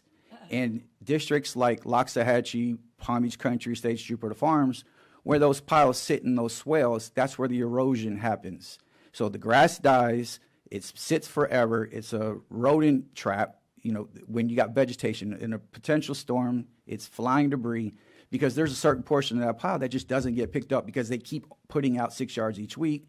And so when that pile is finally removed, the grass is dead, it rains, it washes out the soil, and now they're claiming damage. So there is downsides to leaving any portion of the pile left on the ground. I mean, I honestly don't believe we should, for a variety of reasons, to leave a pile on the ground. But I would assume it would have then be tagged. That 4 yards would have been tagged, and it now is up to the homeowner or resident to take care of that. So the tag process now is basically just telling a resident that their pile is out of compliance. So there's a couple options, as Dan said, how they can fix that. They can remove some of it. They can request an estimate. But essentially, the tag at that point would just be to let them know we were here, we took 6. So there would not be any compliance with their piles. We would would have to then go to code. Code would have to come out. We wouldn't be able to enforce it because it's out of compliance now. If they left it and then the next week we take 6, now it's within. But you can't leave a pile out for a week. Not under the current ordinance. But if we amend it with what somebody suggested, I don't remember who made the motion, but someone suggested, we would essentially lose our code enforcement capabilities. Okay. Well, you've given me enough information that it's not something that I think that I would be supporting. I don't think most of our residents want to see piles sitting out there for weeks at a time. I mean, I know I get complaints in the past when that has happened, As you say, as you mentioned, it's not by the homeowner who put out the pile, it's by the people who have to live around it. Okay. But if we, on the other hand, I have no problem with investigating and having the bid for the 12 cubic yards or whatever that is. And then lastly, is Mr. Pelowitz, on the amnesty, and because you and I have had discussions about how this amnesty program works in the cities, and I think it would be probably valuable for everybody in the board to understand how these cities are able to have these amnesty programs, and it may make more sense as it relates to the unincorporated area. So it's a little complex, but so the cities that do it, West Palm is one of them, and there are others. We, on an annual basis, because the residents prepay on their assessment for vegetation collection, they pay for about 7 cubic yards on their assessment, based on our published rate, which is $35 a ton. We multiply that out, and that's what they pay. Those credits go to the hauler, or in the case of the cities that haul their own, they go to the city. And so what happens is, like in the city of West Palm Beach, that they have a lot of credits that they potentially leave on the table because the generation that's put out on a regular basis is below the amount of credits they get. And so they have the opportunity, such as in West Palm's one I know about, is they have the opportunity to do these amnesties and to bring that material in, and they're under their credit, so there's no additional disposal cost to them at all. So that's part of the way they're able to do it, because they do have money they basically have credit on the table that if they don't use it by the end of the year, they're going to lose it. So that's an advantage they have. In the unincorporated area, what happens is the haulers, they receive the same credits, but they adjust their bids based on what the level of vegetation generation is. Based on their due diligence, they go out, they look at it, they look at records we provide, and so they determine whether they're above or below whatever that credit is. And so, for example, South County, service areas 3 and 4 down south, there are a lot of zero lot line, a lot of homes close together, a lot of HOAs. Their generation rate is not what it is in the acreage Jupiter Farms, Loxahatchee Groves, and other places like that. So what's going to happen here essentially is, right now, the haulers are basically moderating their bid depending on what they expect that generation to be. And so if we want to throw in an amnesty period, they're going to have to estimate what the impact of that is going to be in the unincorporated area and then factor that into their bids, which obviously they can do it. They're all smart folks, and a couple of them put in cards, so I'm sure they're going to talk about it too. So that's a potential. The difficulty is we have about 200,000 single-family homes in the unincorporated area, and there's going to be resource constraints if you try to do every area in the unincorporated area at the same time. So even if you wanted to do it, you would have to stagger it in such a way so that you don't have to have all of the available resources spread out all over the place trying to pick up giant piles in the same short period of time. So Thank you, Mr. Pelowitz. You also had your light on. Was there something else you wanted to talk to? I was going to respond to something Commissioner Flores said, but now I don't remember what it was. So when you remember, please let us know. Madam Chair, if I may, just to piggyback off of what Dan said, typically what you see in these areas that do the amnesty period, they're all self-haul cities. So that's important as well. They're not having to pay any haulers anything extra to collect this debris. They pick it up themselves, whereas we subcontract all collection through all the unincorporated areas. So that would be another expense incurred. Just wanted to put that out there. Right. It was just an idea. It doesn't sound like it's very feasible. And I do have a few cards from the haulers that I'm sure will let us know how unfeasible it is. Commissioner Flores. So, Mr. Gonzalez, let's walk through this again. I'm a little slow today. I apologize. I'm only on my second cup of coffee. So today, somebody puts out 10 cubic yards. What happens? The truck shows up. They tag the pile. It's out of compliance. They call. The number is on the tag, as well as some options on what they can do to fix the pile. Okay, so if so they then- want an estimate, Yep. they don't want to do anything, they don't want to touch it, they want to leave it as is, they'll call, request an estimate. The estimate is given on the entirety of the pile. The entirety. The entirety. And that's where I wanted to get to. So,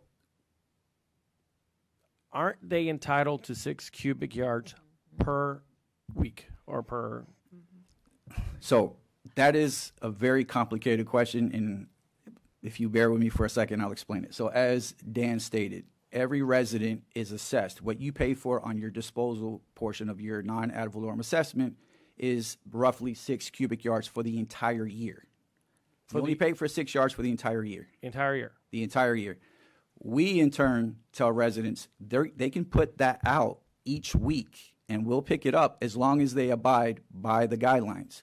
So essentially, you're getting 50 times what you pay for if you just put it out 6 cubic yards or less. So that... People don't understand that. People understand that they can put out 6 cubic yards per week. They understand. I mean, that was part of the education process that I said 15 years. We've been explaining this process to a lot of residents, and after we sit down No, but with they them, don't understand that they only pay for one. I wouldn't say all of them know, but a good portion, if you've called our office, they know. And that's why when we send out the survey, the results come back in. They know what they pay for versus the service that they're getting. But my point is, if the truck is there and they pick up the 6, which technically they're entitled to, then now they only have to call about 4. Correct. There is a price difference to our residents.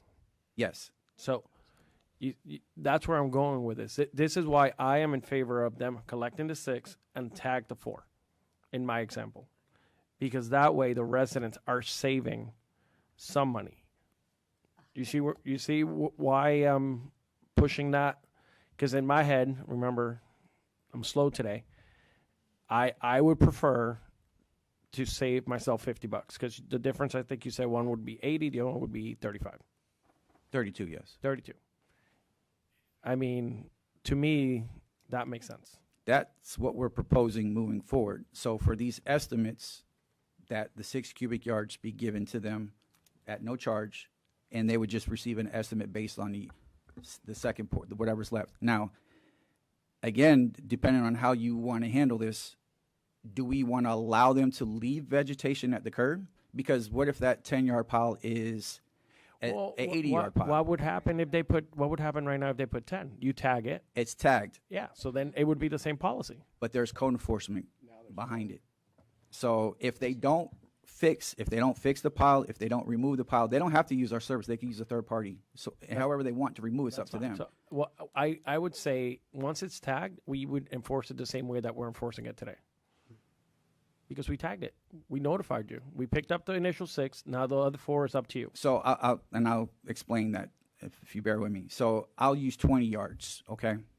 Our code enforcement process mimics the county. So there is a time period. For instance, if you put a 20-yard pile out, we send you a notice. It's basically a courtesy notice, just letting you know that you're not within compliance of Ordinance 2019-022. You need to fix it or remove it. That is a 10-day process. After 10 days, we go back out and re-inspect. So then if it's still there, if there's no compliance, they receive a notice of violation, which they have 20 days to cure. Now, the problem with the 20-yard pile example, we show up, they put 20 yards. We take 6 off that 20-yard pile. Now we got 14 yards. We send them a notice of violation, or first we send them the courtesy letter first. So now we allow another 10 days. So from that 14 yards, another 6 is removed. So now we have 8 yards. So by the time we go back, now that 8 yards, they're still not in compliance. Once you tag it, I'm not saying you pick up again the other 6. So the initial 6, in my head, the initial 6 is now the other 14 is up to you.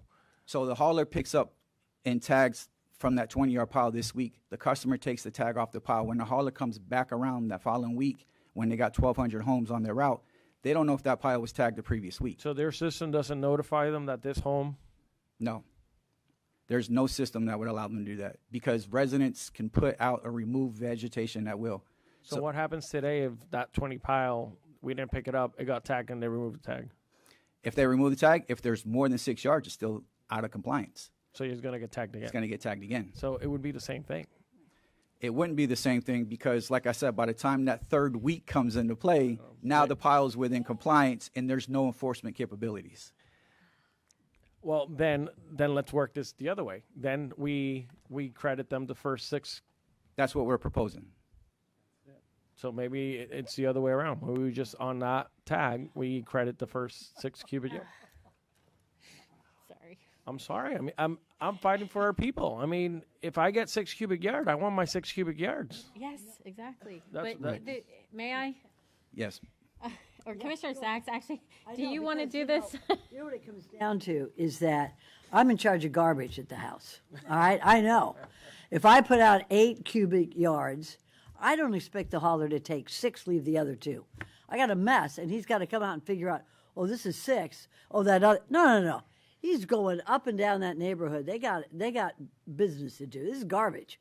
Okay, this is not chemistry. So, if I'm out of compliance, the entire yard. Now listen up, Sir Commissioner here. The entire pile is out of compliance. Not 6, but the other 2 is out of compliance. No.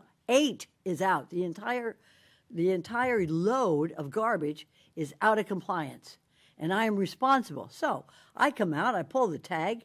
There's a pile of garbage out there that is going to spread around the neighborhood. People are going to get upset. I don't care. So I put another 6 out the next week. I am again out of compliance, and I should be fined. After you get fined a couple of times, you figure it out. So we cannot expect our haulers. They're out there. They're moving fast, and they've got to pick up compliance or non-compliance. Even if it's 7, they don't pick up 6 and leave 1.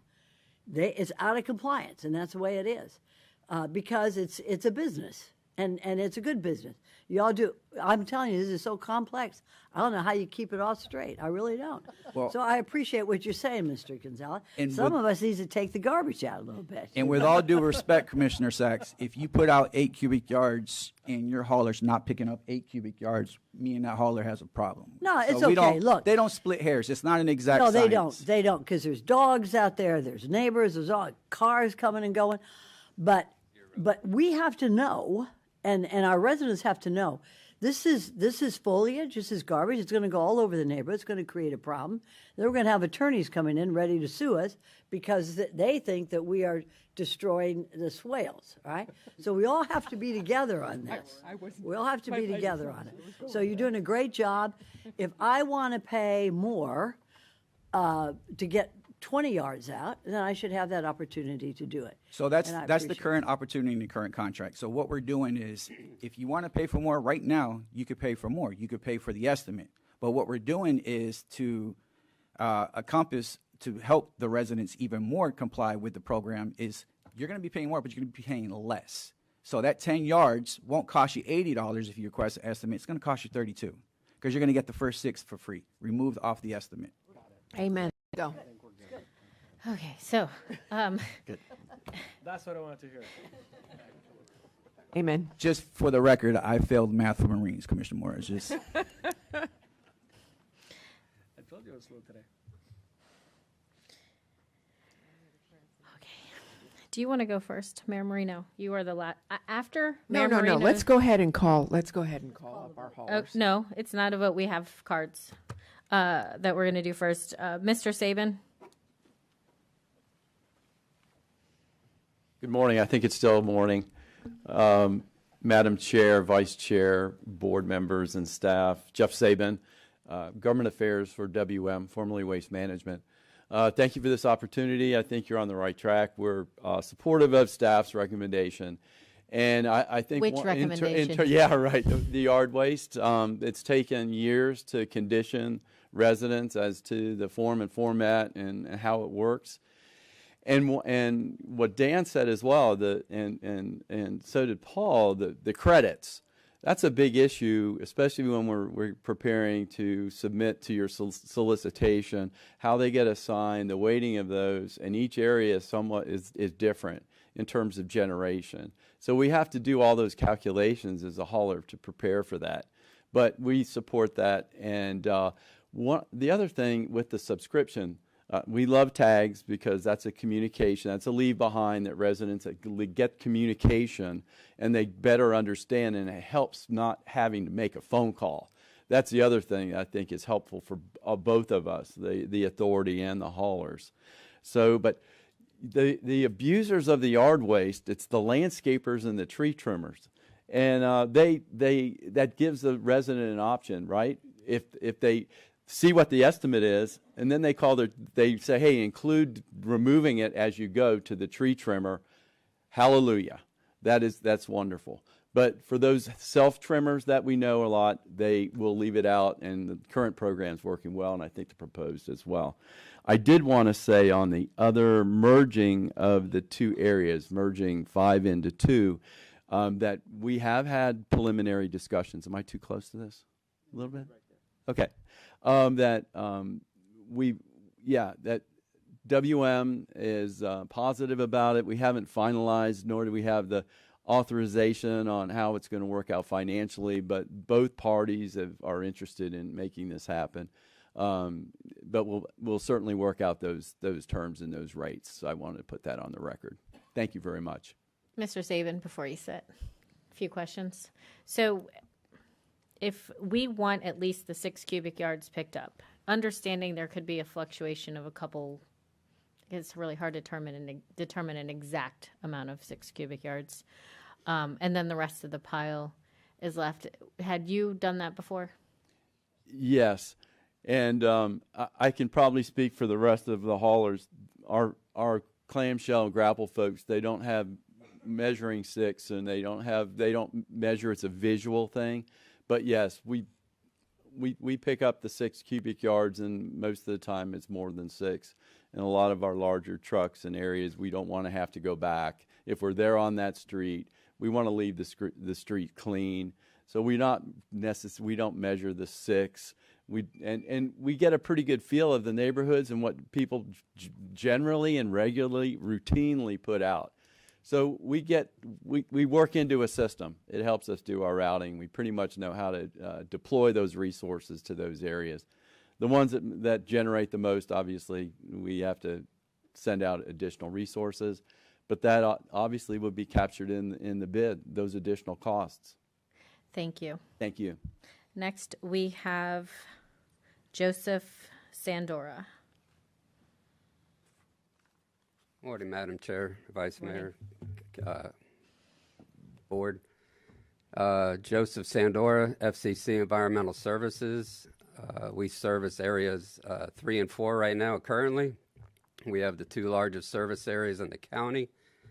And I would just ask you to approve the CAC recommendation for service number 1.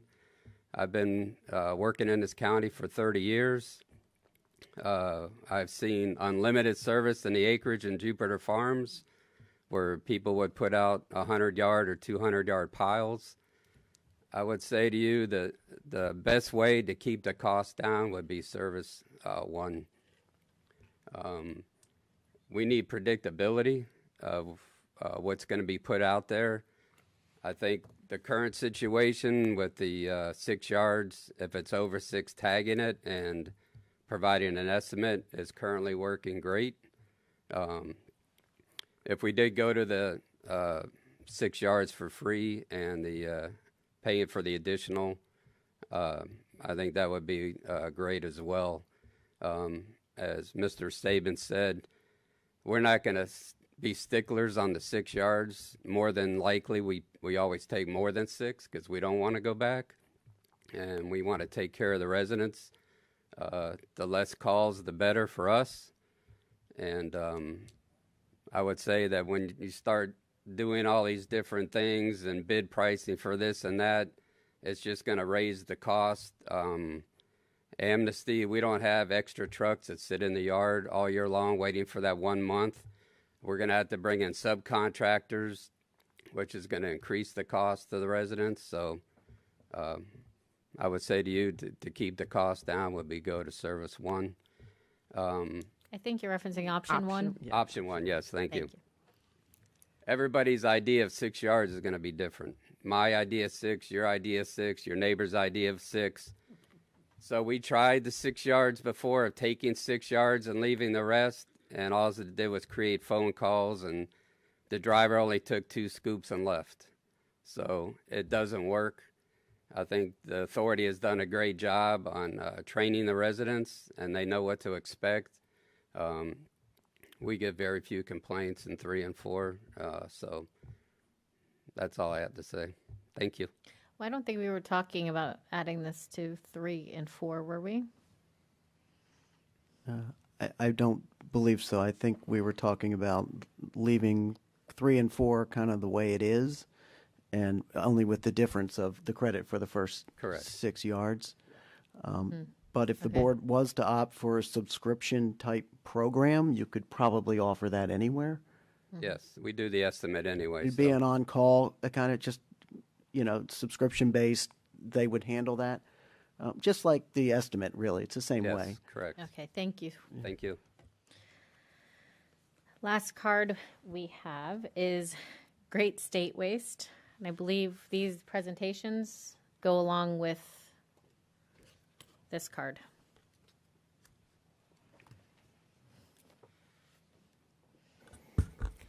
Good morning.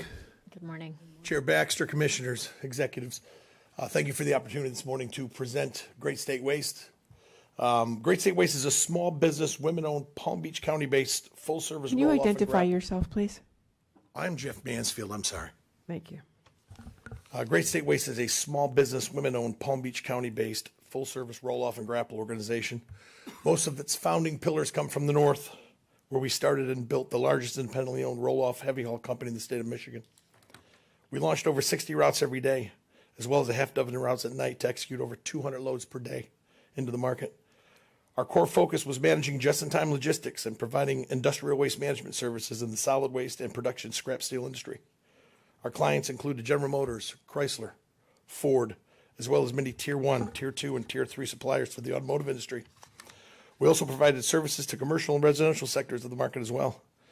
We are well versed in moving heavy haul volumes and keeping schedules satisfied. With our efforts, we manage over 600,000 tons of waste and recyclables annually. Our ownership team, derived out of many quality years with quality people. I couldn't be more proud to be affiliated with these folks up here. For the sake of time, I will skip mentioning them by name. Down here in South Florida, we don't have any automotive plants that I've found or steel factories. So here in Palm Beach County, Great State Waste provides roll-off services. We offer containers from 10 to 40 yards.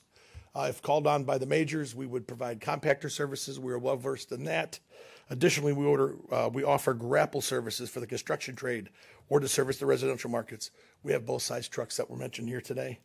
We've also begun expanding into site cleanup. We specialize in offering concierge service programs to manage high volumes. Our first service endeavor here last year was when the hurricane hit, and that's when we began to help the great state of Florida. Since we started Great State here in Palm Beach County, we've taken our experience into business and have procured important relationships in the market. We have built relationships with large construction companies. We have built relationships with important home builders. We've been blessed with many relationships with commercial and light industrial trade partners. And we are ready to take the next step. We're ready to get back into the high energy and the high volume waste with the high pace every day. So long story short, we are ready to partner with the SWA. We set up shop last summer. To date, we have spent over $3 million in new equipment and infrastructure. Today, our plans are to spend that and beyond to ramp up and become a trusted subcontractor to the majors and a trade partner to the contract holders with the SWA. We've learned, we've grown, we have a footing, we understand the market. We think we're ready to do business, and we appreciate the opportunity to speak here today. Thank you. Thank you. Will you be bidding on the current outgoing bids that the SWA will be releasing? I would assume so. We've been ramping application. We've met with the majors. That's our absolute goal, is to serve them, to help you grapple, roll off, compactors, whatever they decide. Thank you so much. Okay. Thank you. That is the end of public comment. So I'm going to wrap up what we've discussed today. And I believe with one or there might have been 2 exceptions. I think we've all pretty much agreed that we would like at least the minimum of 6 cubic yards collected and then tagged if it wasn't all collected. So you want it to be left? Excuse me, May Mayor I? Marino, go ahead. I believe from the description of waste getting left and then other waste getting piled in, and then the 10 days and the 20 days, the pile ends up doing exactly what was described by the folks that were here from Sir Wicket, killing the grass and all that. What I would suggest is the tagging and the pickup, but crediting the first 6 cubic yards. So you take all 10 at once, but you're only actually paying for 4. You're not paying for 10 because we're crediting the 6. Because just because I live in the area where this occurs regularly, it actually, by just tagging it and then making residents call, some don't always call right away, it actually leaves the debris on the swell longer than them taking it initially. It causes more damage than them actually taking the 6, which could be roughly 8 or so, and not having to tag it later. So I personally see that as more of a hindrance to, Mr. Sabin, would you mind coming back up here, please?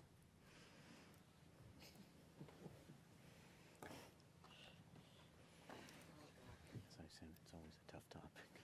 I didn't mention, is this on? It doesn't sound like it. Hello? Can you hear me now? No, hit the button. There you go. There we go. Got the green light. I didn't mention the fact that I had an associate with me, Barbara Herrera. She's also public sector government affairs for WM in this area, and she covers actually District 5. So, yes, ma'am. Sorry. So how long do those piles, once getting tagged, generally speaking, they sit there? Because we've literally had people burning them. So yeah, in our area that we serve, and I'm not the operations folks that can give you the accurate response exactly. I apologize. So, I would rely on the operations folks. I'm government affairs, so I know the concept obviously, and that we're supportive of the existing. well, I believe he had different service areas than this one, which was my concern. To answer your question, the Solid Waste Authority gives us 72 hours to go out to the resident's home and provide that estimate. So it's in a timely manner. If we don't, we risk being fined. So It's still a few days. correct, it's within 72 hours. But we're out in the area every day, so it's typically within that 72 hours. All right, Commissioner Powell, or excuse me, actually Mayor Marino was first. No, I'll wait. Thank you. Mm-hmm. Thank you, Madam Chair. For clarification, Mr. Gonzalez, I think, and maybe help me clear this up, the issue we're harping on is 10 feet, 10 cubic feet, 10 cubic. 6 cubic yards. 6 cubic yards, and then we're talking about, well, if it's 10 cubic yards. But I think I understand from your conversation, and help me if I'm off base here, that a lot of times it's not 10 cubic yards. So they're not taking 6 and leaving 4. A lot of times it may actually be, it might be helpful if you explain that maybe a lot of times it's 20 cubic yards. Sure. And they come in and get the 6, or it's 12, it's double or triple, and that is where you have the challenges. Can you, am I understanding that incorrectly or correctly? No, that's correct. So right now, as it stands, anything over 6 within a reliable limit, 8 cubic yards, like the haulers have told you, they pretty much take it. They don't want to have to come back for it. And it's not an exact science, but anything over 6 currently is non-compliant. So what happens is the haulers would tag that pile. One of two things would happen. The resident would then in turn call us, because a lot of times it's an education thing. Residents didn't know that they were only allowed to put out 6, or that there was a 6 cubic yard limit to begin with. So they would reach out to us. We would explain the collection guidelines. And then if they want to request an estimate, they'll do so. If they don't want to request an estimate, they want to fix it, they have the opportunity to remove the excess, and then 6 yards is taken the following week. Now, we have a process where we have field reps in the area that go out. So they're driving around with the haulers. So if they see a non-compliant pile, it's taken care of. We measure the pile. We take the necessary precautions on sending them the courtesy letter. It's documented. And so that way these piles don't sit out on these swales for a long period of time.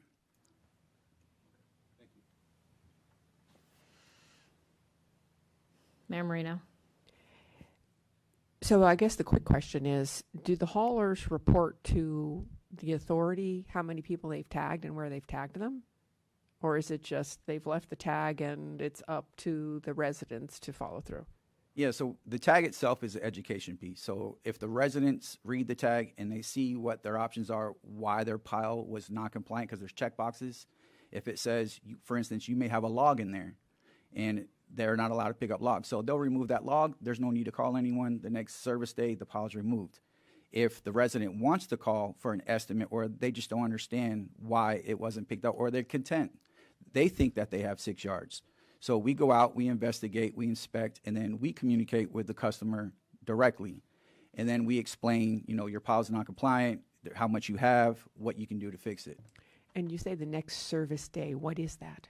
It would be, so for instance, if your service day, because you get vegetation collection once a week, if it's on Wednesday, if you're tagged this Wednesday, your next service day would be the following Wednesday, if you brought the pile into compliance. Now, if you want an estimate, like Mr. Sandor said, they have to provide an estimate within 72 hours to have it removed.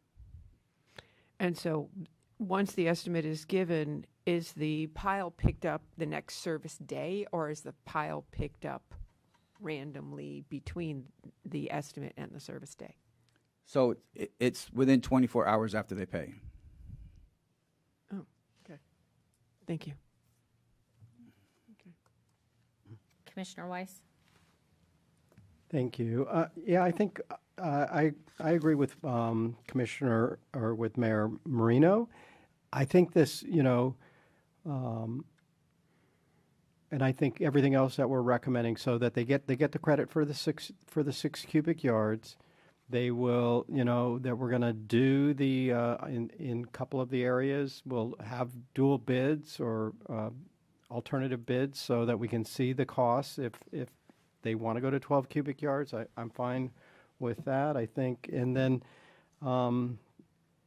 in terms of how this gets handled, I agree. I mean, and in fact, I don't know if it works this way at Solid Waste Authority, but I know like in the city of West Palm Beach, if we put out a big pile and we know it, which we do because we put it out, we can call in advance and tell them, and they give us a price, and then it just gets picked up on our regular day. So, So yeah, we have the same system option here. here. The difference is they bill on your utility bill. That's why you don't have to pay anything. They'll just bill it to you directly. Whereas we don't do that. You're billed on your non-ad valorem assessment. You'll have to pay the hauler directly. That's why there's a 72-hour window. Okay, but they can, if they put it out, and they know they put out 20 cubic yards, and they want it picked up, and they want an estimate, they can just call in advance and let you know that's what they need done? Yes, many of the customers who use the estimate-based system are repeat customers. They know the rate because, like Mr. Sandor said, the haulers are out en route. They don't have to mobilize. They don't charge you anything extra for that. Because of that low contractual rate, it makes sense to use them because hiring a third-party person is just going to be a lot more expensive. Yeah, no, I mean, I think the pricing is very favorable compared to having someone else come out and haul it away. And then at least you also know it ends up in the right place, because unfortunately sometimes we see when people call people they find online or whatever to come move stuff out, and I've had this happen where they pick things up and then they just go find a vacant lot and dump it. So yeah, that's the third party. Not talk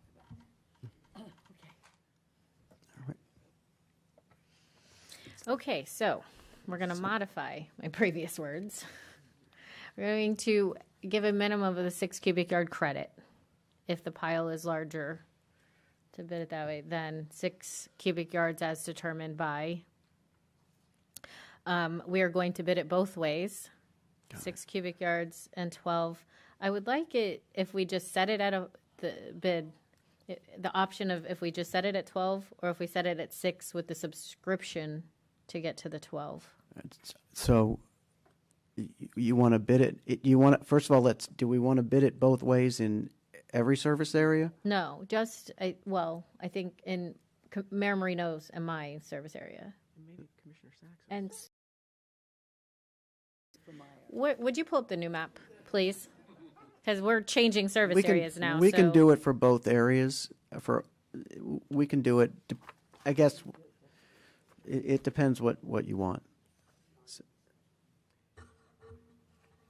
I mean, getting a price probably just getting a price for something you might not do is probably not going to hurt you. Okay. One thing I would just like to advise you that a lot of your service areas are blended. So if you're wanting it for service area 2, it does affect other commissioners on the panel. Right, well, we're getting pricing. Right. Okay. So we'll come back, if that's the consensus, we'll come back in August with the bid structured to request 6 and 12 prices. And then the question is, do you also want a subscription price Of if having you the choose staying at to 6. stay at 6 and then apply the subscription for if people want it? Correct. If they want a general level of service. And similarly, do you want to maintain the yardage rate for excess for people who periodically, rarely, instead of them having to subscribe to something on a monthly basis, to just get that estimate once? Yeah. Okay. Okay, and I think that answered all your questions as far as the different options went. Have we missed anything? Yes, that answered that. I guess on the SMWBE program right now, what we'll come to you with is the service area 6 that was the MWBE service area will become service area 5, SBE preference service area. And then on the commercial rate, we're recommending $5.50 a cubic yard. The current rate is $4.32. It's about a 27% increase, but we do expect the rates to all go up somewhat. And so we think that's fair based upon our numbers, and it's still well below what the other cities are charging. Attorney, do we need separate motions on all these, or is this just direction? I think it's direction as long as the board is in agreement with what Dan is saying. I don't see any objection. Commissioner Weiss, you have your light on? Okay, he does not. I believe that is all. Oh, We're next item. Next item. 91, simple, should be quick. The authority has a debt service reserve. It's required to be maintained at a certain level. Based on average debt service looking forward, we're about 2.6 million short of where it needs to be. On October 1, we're recommending transfer of that amount of money from the unrestricted general reserve to the debt service reserve. It is simply a transfer from one bank account to another. Is there a motion? Second. We have a first by Commissioner Weiss, a second by Commissioner Sacks. All in favor, say aye. Aye. Any opposed? Please see that the motion carries 6-0.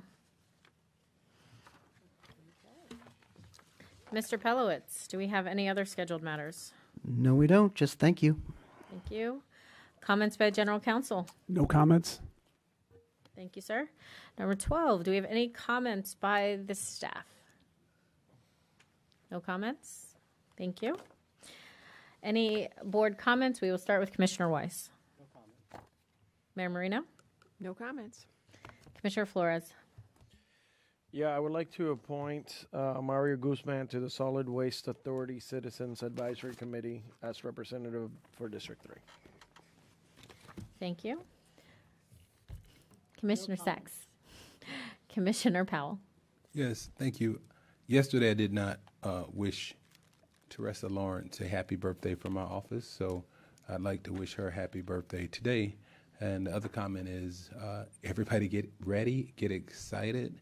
this Sunday, the biggest day of the year. That's right, Father's Father's Day. Day. So be excited. I'll be speaking at Grace Temple, which is a big deal. So happy Father's Day to all the fathers and future fathers and former fathers, and just get ready. Thank you. So, Commissioner Powell, you beat me to it. Yes, I want to reiterate Happy Father's Day to all the fathers this Sunday. Looking forward to it. I hope everyone gets to spend the day with family. Our next regular meeting date is Wednesday, August 20th, 2025 at 9:30 a.m. Without any objection, meeting is adjourned.